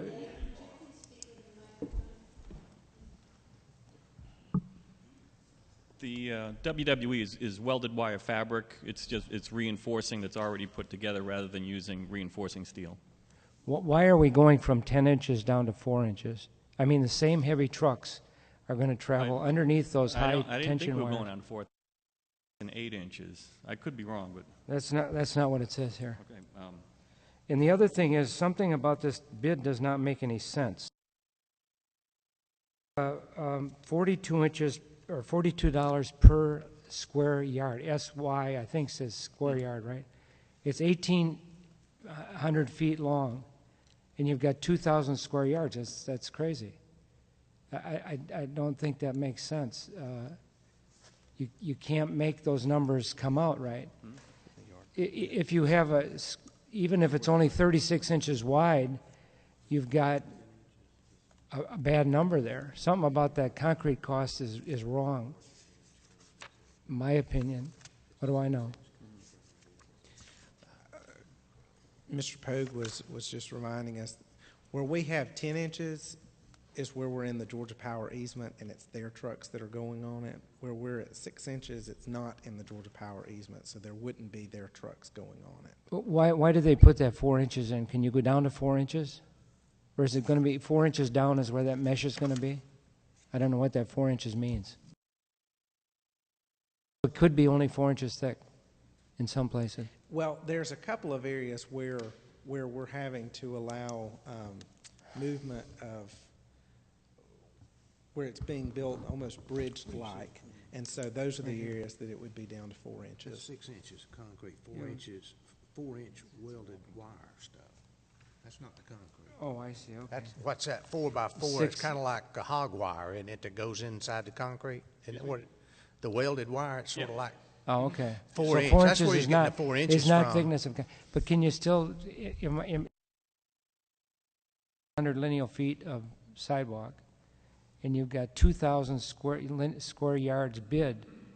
Is there something wrong with my math? Because that just doesn't come out right. Well, your feet is from one end to the other. Your square yards encompass the width and the length I know, of it. but the math, 3 feet per yard times 2,000 is only what, 6,000? So that's 3 times what we need, I guess, right? So my math is okay. It's bad, because it just looked to me like 2,000 wasn't enough. I guess I'm shocked that of all these bids here, concrete is only $84,000. It just seems like it should be a lot more than that. That's a lot of concrete. They must have a good price on it, that contract. No, I would agree with that 100%, because one guy's up to $100,000, but it does seem to me to be an underbid. But you know, if they figured it out and they're going to bid it, I don't care. That's fine with me. But those numbers are correct and good. And we sat down with Atkins after the tabulations came in, the bids came in, and everything was tabulated, and they looked through all of the bids, and they said, you know, here's a company. It looks like they're going to get everything done that was as it was requested. They were, and the bid, the Curb Tech did not win on concrete, but they won overall. So correct, and that may be a situation where they don't have a contract with somebody on a better price on concrete, but they can bring it in labor. Sometimes you get companies that just want to buy the business. Okay, thank you. Okay. Anyone else on that? All right, we moved item 9H up, so we'll look at it. Discussion of a proposed change order with Atkins for the construction management services for the Etowah Park to Heritage Park Trail in the amount of $10,000. And this is simply to add to the task order with Atkins to cover the management of the construction of the project since they did the design of the project. Okay. Anybody have any questions on that? Seems pretty reasonable to me. Very cheap, seems like, actually. I have no questions. Okay, good. The next item, discussion of the recommendation for the Heritage to Bowling phase of the Etowah Trail. That one I've probably got some questions on. As you remember, Atkins came and did a presentation for us last month on the master plan for trails. To move the discussion forward, we asked Atkins, who had done that design, to bring back the cost if we decided to use a task order with them, since they're an engineer on demand services, to get phase 1 and 2, which would take us from Heritage Park to Bowling Park, with that connection out at Cherokee High School by the Comcast, if they would give us the cost of design on that. And so they have provided that for you. Doesn't mean we have to use them. We can always go out to bid on this if that's the desire of the council. One of the things, though, with them being on-demand services, we can always negotiate with them as well, and ask them to go back and look at the costs on a few things. But we didn't know what we were going to be looking at, you know, right, from a design cost until we asked our on-demand services to put a proposal together. Right, Mr. Grant? Thank you for clarifying that. And now we know what figure we're looking at or compare, but I'll just state as I stated on test on these on-demand services, $470,000 or almost $500,000 is not to me a task order project that it should go out to bid, and at least we have that as a starting point. But I would be my strong suggestion is that we send this out for bid. And I would just mention, in addition to that, you know, until we had an idea of what the design might cost, it's hard to sit down with our sales tax and figure out what funds are available for the project, and can it all be done in this current sales tax? Is some of it going to have to be done in the next sales tax? Having this, I mean, there's nothing to prevent Atkins from putting a bid in, and they may want to tweak some things in here. There would not be anything to prevent anybody else from putting in a lower bid or from Atkins having the lowest bid.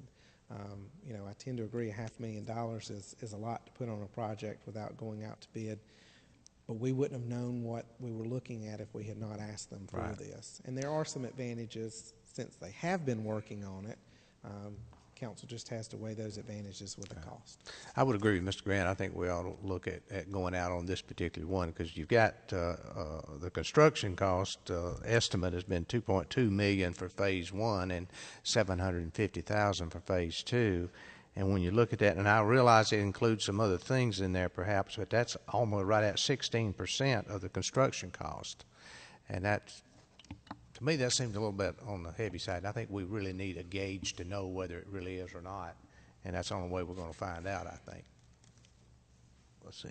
Jack? Yeah. I know the the presentation he gave was, a large sum.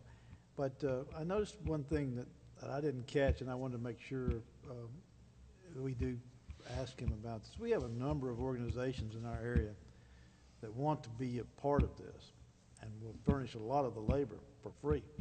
I've had several of them call me, the River Keepers and lots of different ones. Mr. Owens' group, the Scouts, and things of that nature. Lots of people, we hear that you had a presentation, and we'd like to be a part of this. Other places use it when they build their trails. I just want to make sure we consider doing that when we're looking at such a large amount of money to be spent. Okay. And I don't think it's out of the question to maybe partner with some of those organizations as it relates to some of the clearing and things like that. It's a little bit tougher when you get to the concrete side. Right. A lot of communities will utilize groups like that to clear trails, trails that may not have any permanent concrete or other. Maybe they've got gravel or something like that to spread. I think we can take advantage of volunteers up to a point. Yeah, thank you. Mr. Rust? Billy, how much do we pay Atkins for the work they've done so far on this project, or did we pay them at all? For that, that was a really great presentation, but did we pay for that?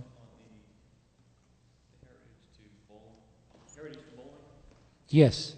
Well, for the whole project, that whole design. We paid them to complete the design from Edgewater Heritage. I think we paid them $19,000. 1919. Okay. And then, subject to approval, this $10,000 change. Oh, order. I see that. Okay, that was that one. That's for the Edgewater Heritage.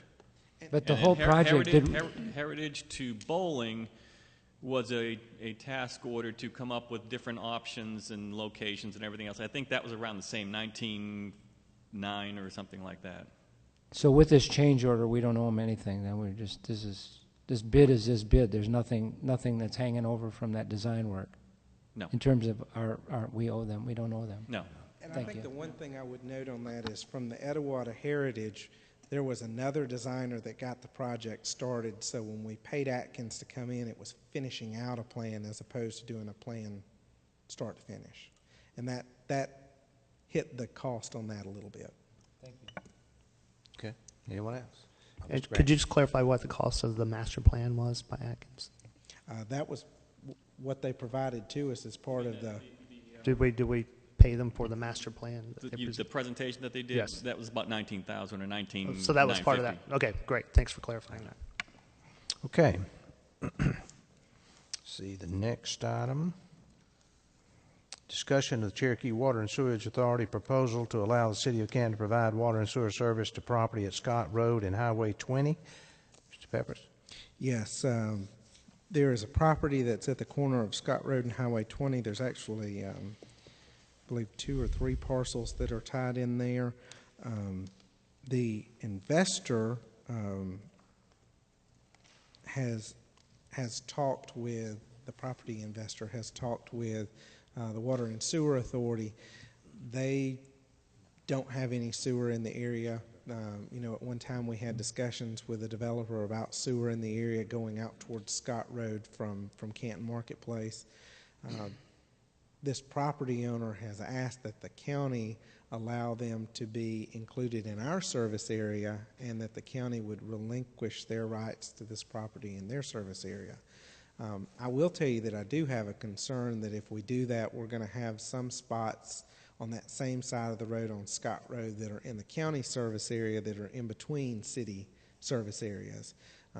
I think we probably would be best suited to take this request and sit back down with the Water Authority and see if we can come up with a better boundary on that side of the city service area so that we're not including some properties and excluding some properties based on one property owner's request. I think that's what we need to do, because if you look at the plat on that, there's just 1 or 2 parcels there. Well, the next thing you know, that next parcel is going to come in and want the same thing, and it just seems like we need a more definitive, maybe a little bit larger boundary if we're going to actually go to the trouble of amending this service delivery district here.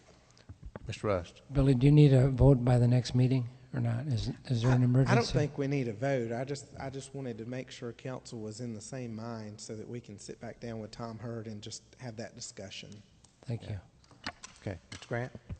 No, I think that would be good, and you know, this is now the second or third request that we're looking at in that area. Is there any way, and maybe that's what you're talking about, is kind of getting a more comprehensive plan, you know, what we're going to be doing sewer-wise in that area, and, you know, the pros and cons for us delivering that, what's the potential revenue for us versus the cost.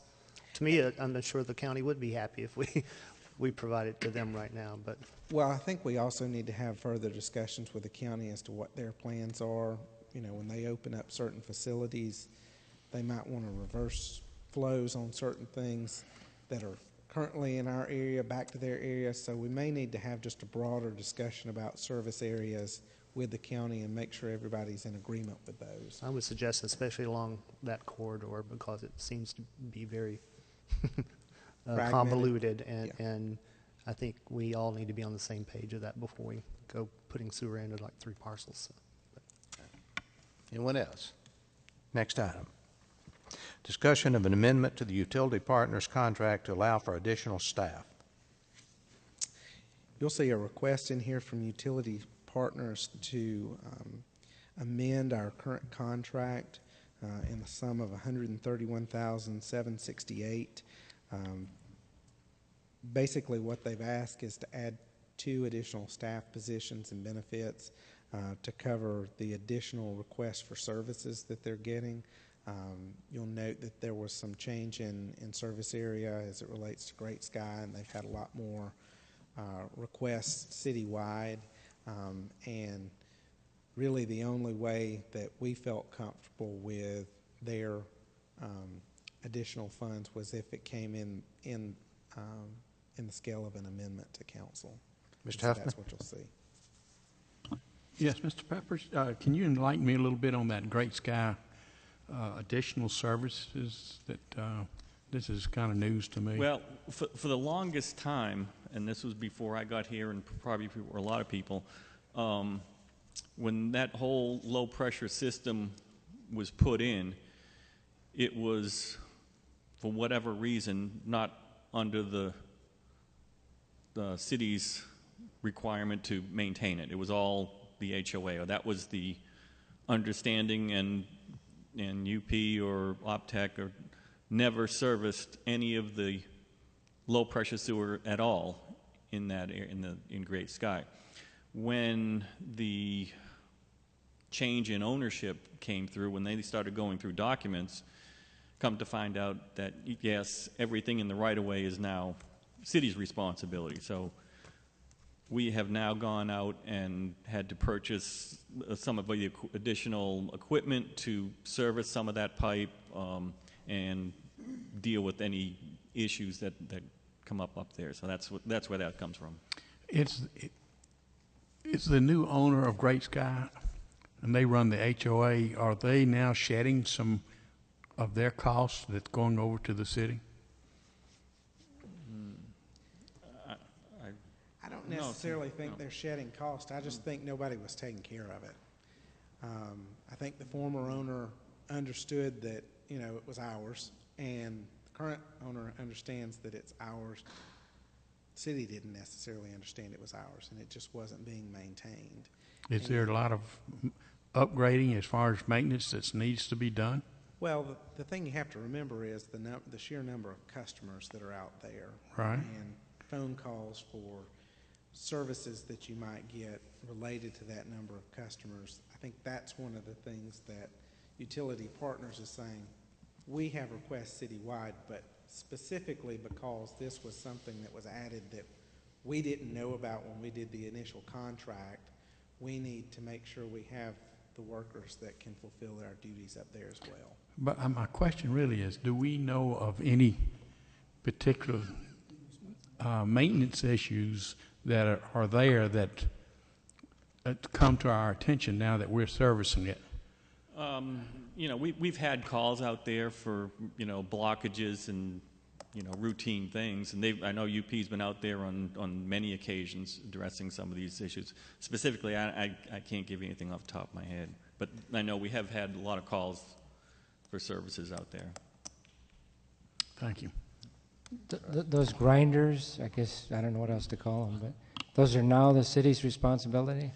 The individual pumps, no, they're not the responsibility. But going into the grinder and coming out of the grinder is ours? Yeah, the way it works is the homeowner is responsible from the home to the grinder. The HOA is responsible for the grinder. The homeowner is responsible for the line from the grinder to the right-of-way, and the city takes it from the right-of-way to the pump station. But some of the problems that occur in that transition cause problems for the city. The thing that I think we've seen the most is usually at the interface where the homeowner's line ties into our line. But what you're suggesting, Billy, is that we actually should have been responsible for it up until the HOA turned it over to us. It should have been our responsibility from the beginning, up to where we're at right now. All of the sewer that exists in the right-of-way of the city Should have been ours. So we got a bargain for a while that we didn't have to take care of that. So, okay. How extensive is that? How many feet or whatever? I got number of feet. I don't know, but it's the whole. About 420 homes. Yeah, and expanding. So, 320 homes. If 420, okay. We're talking about adding 2 people for 420 homes. Well, how many people do they have now, and how many homes do we have? They have 19 people on staff right now. Some dedicated to operate the water plant, some to the wastewater plant. We've got line crews. I think 2 of these people, or maybe not 1 or both of them, will probably be dedicated utility locating person. The number of requests to locate utilities has gone up, exponentially, and without full-time locators, they get pulled. They're working on a job, and now they have to leave and go locate utilities for utility requests. It's just been. So they're not just simply going to be used to compensate for Great Sky's problem. No. What they're saying is the combination of those locates and Great Sky and additional improvements to the infrastructure have necessitated them adding 2 positions to the contract, and they want to do that through an amendment. So let me back up one more time. Only part of the reason that they need 2 people have to do with Great Sky. The other part is that they had already agreed to do that work for X amount of money, but now realize that that was a mistake, that they need some more money to do what they said they were going to do to begin with. I wouldn't say it's a mistake. I think it's the result of the growth and the sheer number of requests that have come in. But the contract was for a period of time as well, right? Mm-hmm. Okay. Nathan might speak a little bit more to the finances on the contract. Yes, ma'am. Nathan might can mention a little bit more about the history on the contract. If you'll speak into the microphone, Nathan. I believe we are just now entering our 3rd year of a 4th year of a 5-year contract. It does have a part in the contract that allows for an increase in the consumer price index for the inflation. I would like to point out that this year's inflation was 0.2%. That's 0.2%, so it was a very minimum amount of inflation. If I might add on what they were speaking to, there has been a considerable, probably more than originally estimated amount of growth, and I speak that from firsthand knowledge, looking at our water and sewer department, the number of connections that they've had. But with regard to the contract, this amount was budgeted, was approved by council in the fiscal year 16 budget, the $131,000. But Mr. Peppers and I, along with Mr. Atabian, thought that it would be best to come to council to seek y'all's approval of an amendment to the contract. in lieu of just doing it as a requisition under normal purchase orders. So, go ahead, Mr. Ross. No.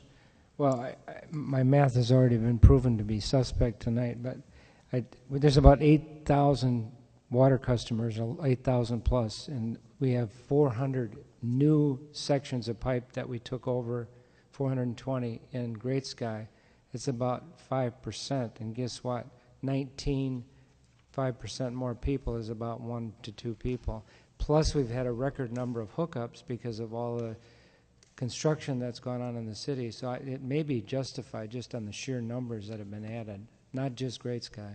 And may I add, which I'm sure we're all aware of, that the Great Sky community has and is continuing, obviously, they do pay sewer. And they have been paying sewer charges. They have what? They have been paying sewer. Sewer. Oh, they have, even though, well, the grinder, okay, does that help our sewer system a little bit? I think that goes toward the fact that we should have been we got a bargain for quite a few.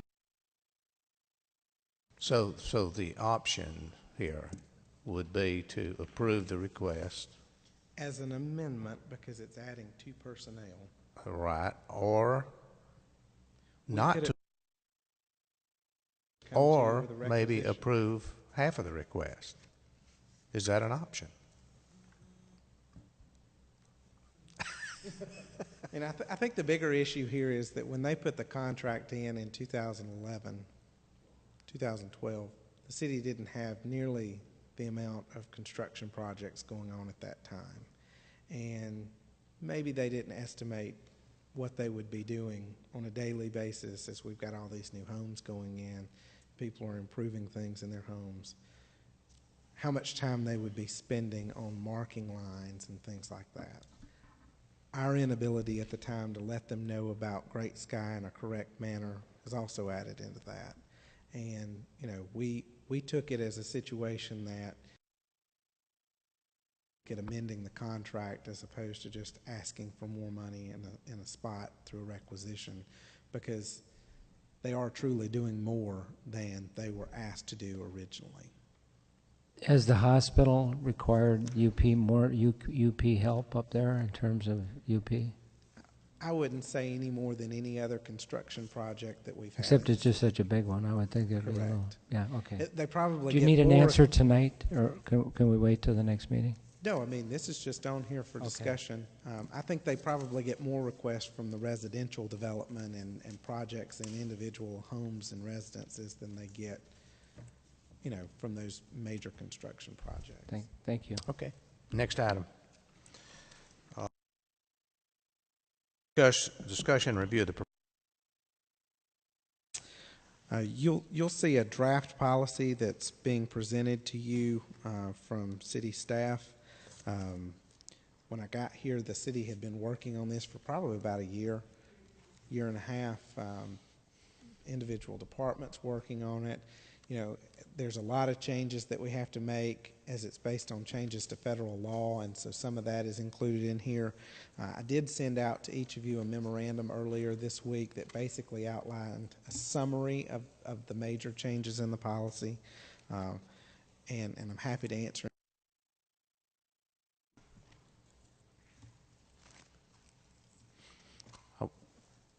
Be sure you take a little time to look this over if you haven't. I mean, it's you have sort of a synopsis there, but take a look at it. And probably at the next meeting, what I will do is appoint a committee to really delve into it further, of a couple or 3 council members, and then to come back and make a recommendation to the full council. Okay. All right. Next item. Discussion of the authorization to join other Cherokee County public safety agencies in application for assistance to firefighters grant program for tablet. Yes. Dean was unable to be here with us this evening because of an emergency that came up. But basically, the county is applying for a grant that they are working with. If you can envision a situation, for instance, and we have multiple jurisdictions that are converging on the scene. In typical times, they would have to communicate either by radio or once they got onto the scene to establish who's going to do what as part of the engagement of the fire and what equipment to have out there and where to locate it. Through this program and through this grant, it would provide tablets to those vehicles so that as they are going out, they can actually be commanding the fire before they get there and communicating with each other as to who's going to take what positions, who's going to be responsible for what tasks as it relates to the emergency.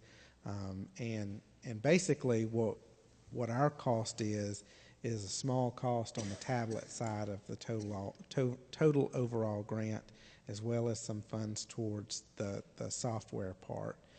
According to Dean, he thinks our estimated cost is probably $5,000 or less.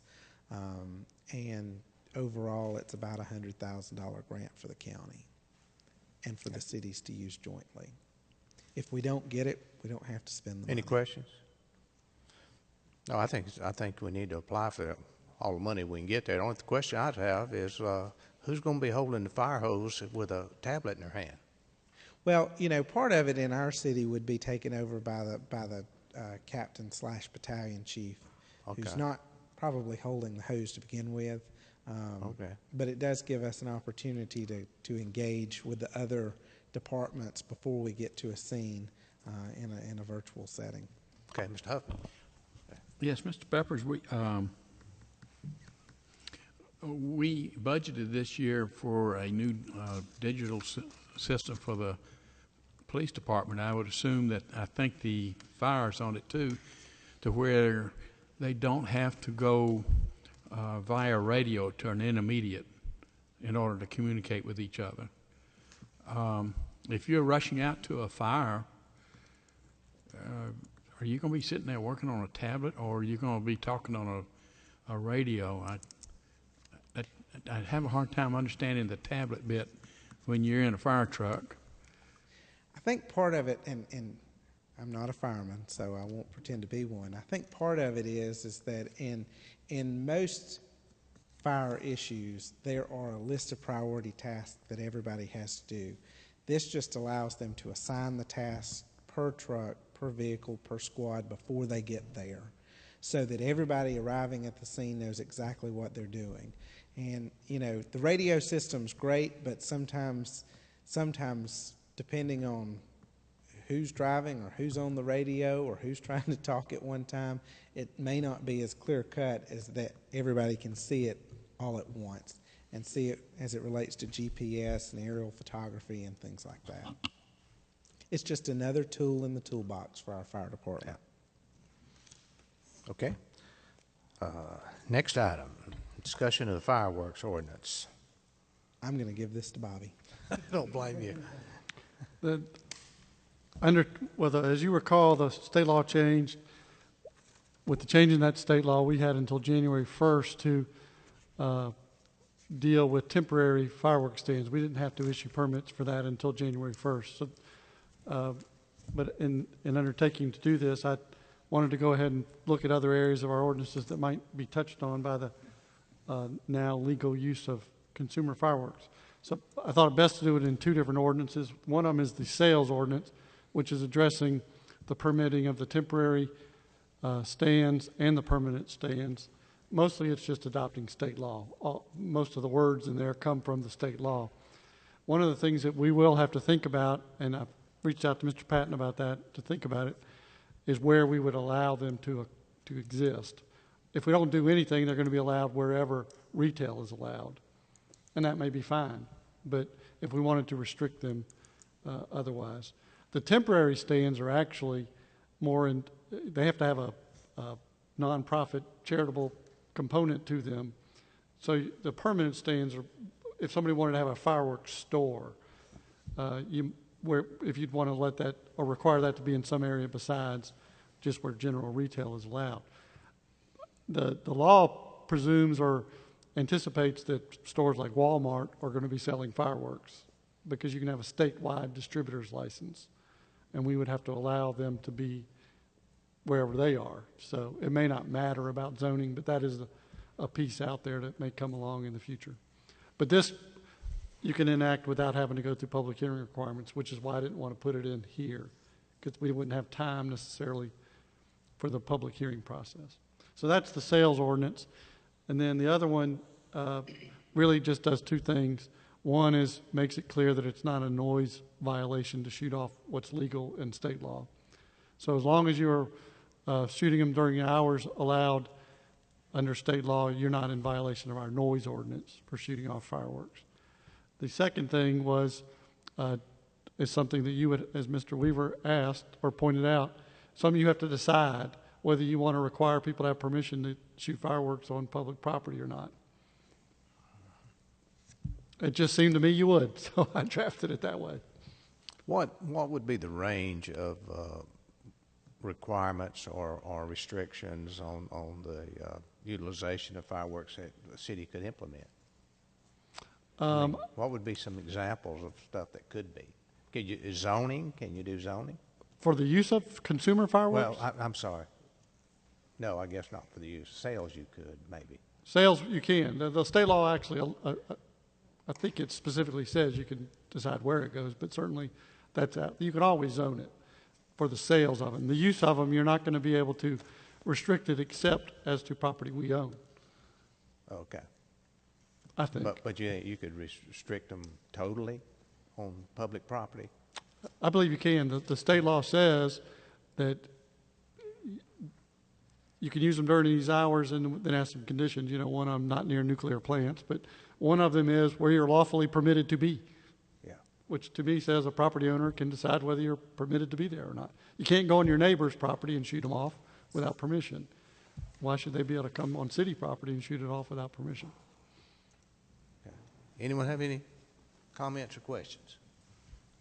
Okay.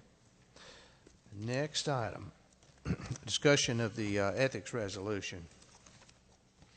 That is, let me get that one. Okay. Every few years, I don't know if it's 3 years or how often we have to renew our, we don't have to, but GMA puts out a pretty much standard uniform ethics resolution that they like for the cities to adopt and adhere to. And, you know, we all know that the only way government can really function and function efficiently, if it ever does, is through trust. And by adopting this resolution and by practicing these items, I think it helps to build that trust. And I will read basically the resolution. It says, whereas the Board of Directors of Georgia Municipal Association has established a certified city of ethics program, and whereas the City of Canton wishes to be certified as a certified city of ethics under the GMA program, and whereas as part of the certification process requires the mayor and council to subscribe to the ethics principles approved by the GMA board. Now therefore be it resolved, the governing authority of the City of Canton, Georgia, that as a group and as individuals, the governing authority subscribes to the following ethics principles and pledges to conduct its affairs accordingly. First, serve others, not ourselves. Use resources with efficiency and economy. Treat all people fairly.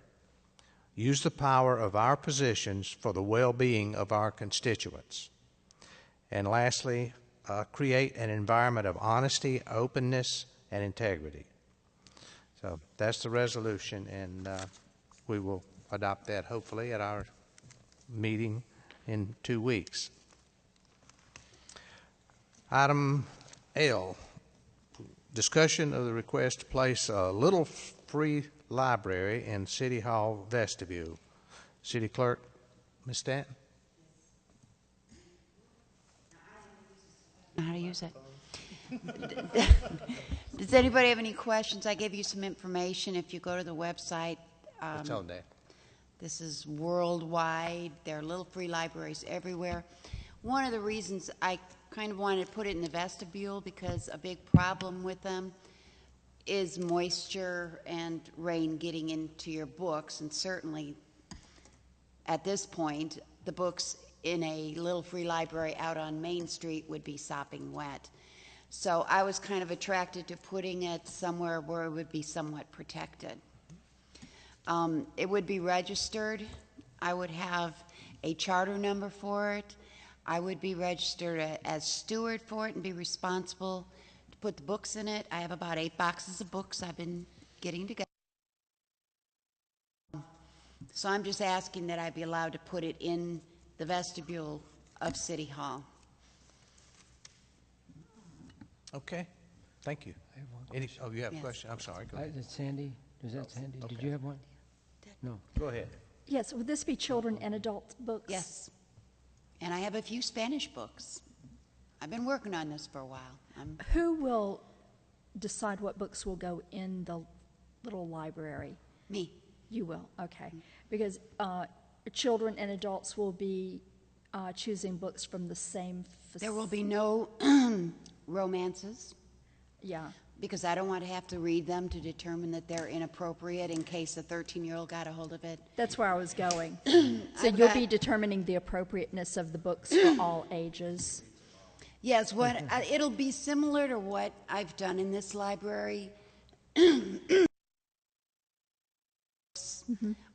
History, home repair, dictionaries. I mean, I have all kinds of books, but no romances, I'm afraid. John said he would take all those that you He can found. have them, but I don't buy them, so it's going to have to go somewhere. I love the Little Free Library. I'm glad we're going to do it. Thank you. Mr. Russ? Mine is just a suggestion. When I found out today about these e-books, is there any way on this little free library we could put down information on how to access free books, free e-books? At the library? Yes, I mean, meaning someone would come up to say, there's nothing in here I want, and then they see, oh, I can go online and get I'd be happy to. You know, I'm a friend of the library also. There's information No, there. but I I'll would be just happy to make sure there's information Just a little there. something posted right on Sure. there that just shows how to get on it. I will That would do be that. helpful. Thank you. Okay. City Manager's report. Yes, sir. Just a couple of things. One, I want to make the public announcement that the boil water has been rescinded. As you know, we did have a water issue a little bit earlier this week. Got our test results back from the state, and everything was fine. One good thing that has come out of months of work here by the city is that the day after we had the water issue, we actually had a lab certified here at our water treatment facility. So from now on, we don't have to take our water samples to the county to have them tested. Before we send the test results to the state, we'll be able to test them here in the city limits. So that has. I do need to ask some permission and also request that we allow some after-hours work on a public project that we have. One of the projects that we have that was part of the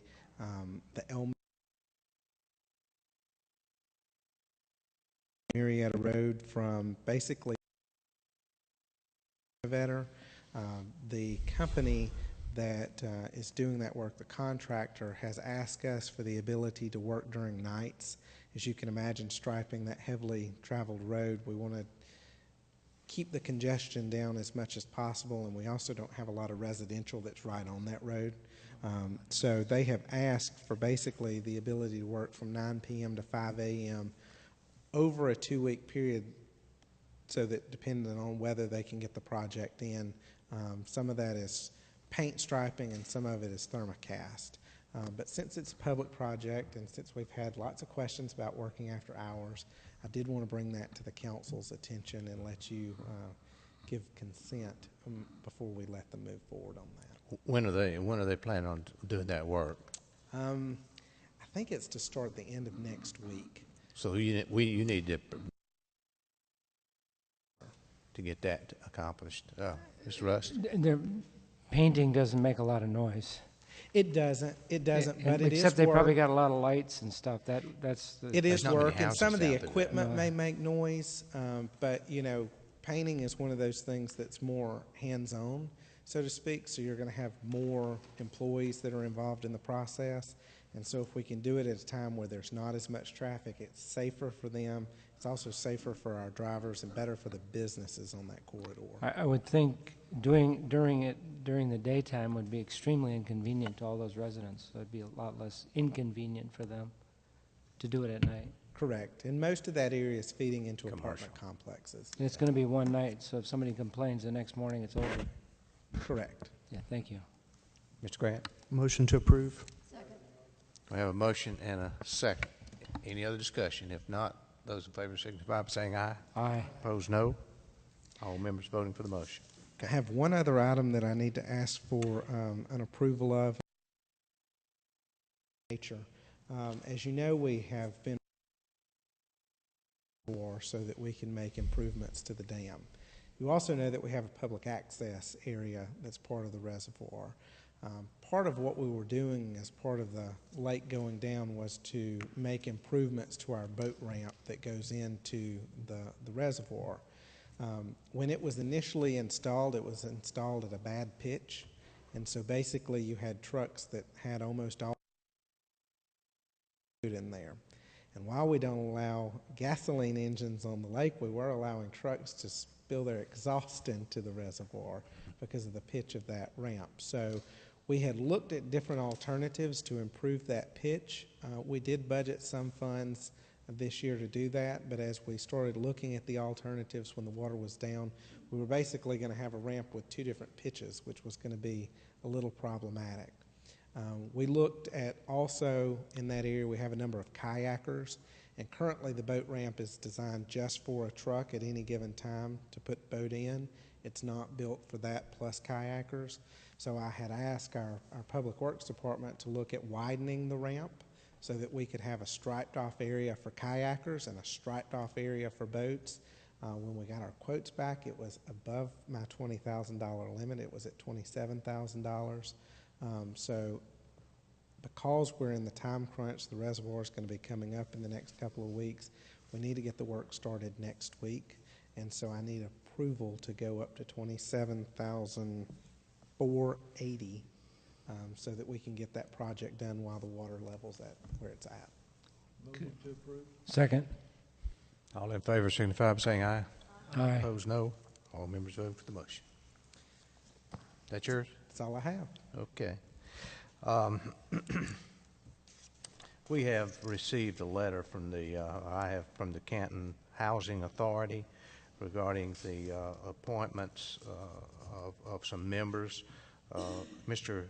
Bill Hattendorf passed away some time ago and left a vacancy on that board, and he was on there for many years and did an outstanding job. The Housing Authority has requested that Ms. Holly Queen, a Cherokee County resident, fill that position. She's been employed by Chattahoochee Tech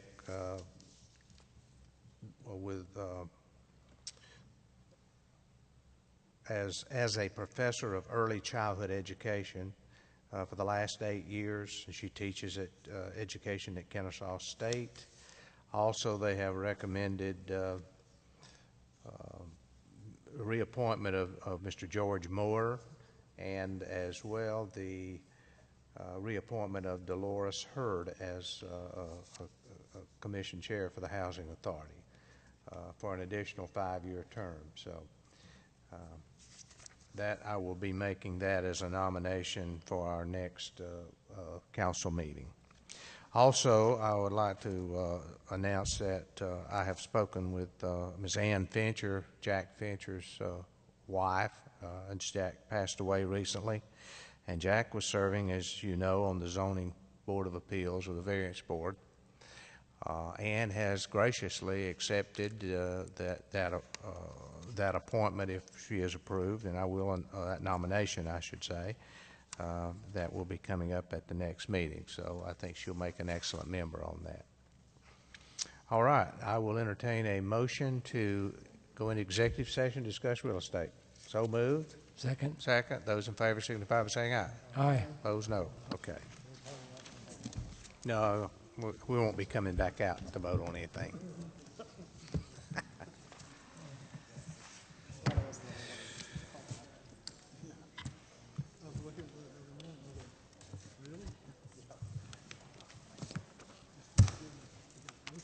did I get this from? Oh, Billy. I got this from Billy. I get it. Who brought this candy? Bill, did you bring this candy? No, that was Billy. He kept on Oh, snickering. well, I wasn't sure who it's from. The reason I didn't eat it already. Kept all the Snickers for himself. Yeah.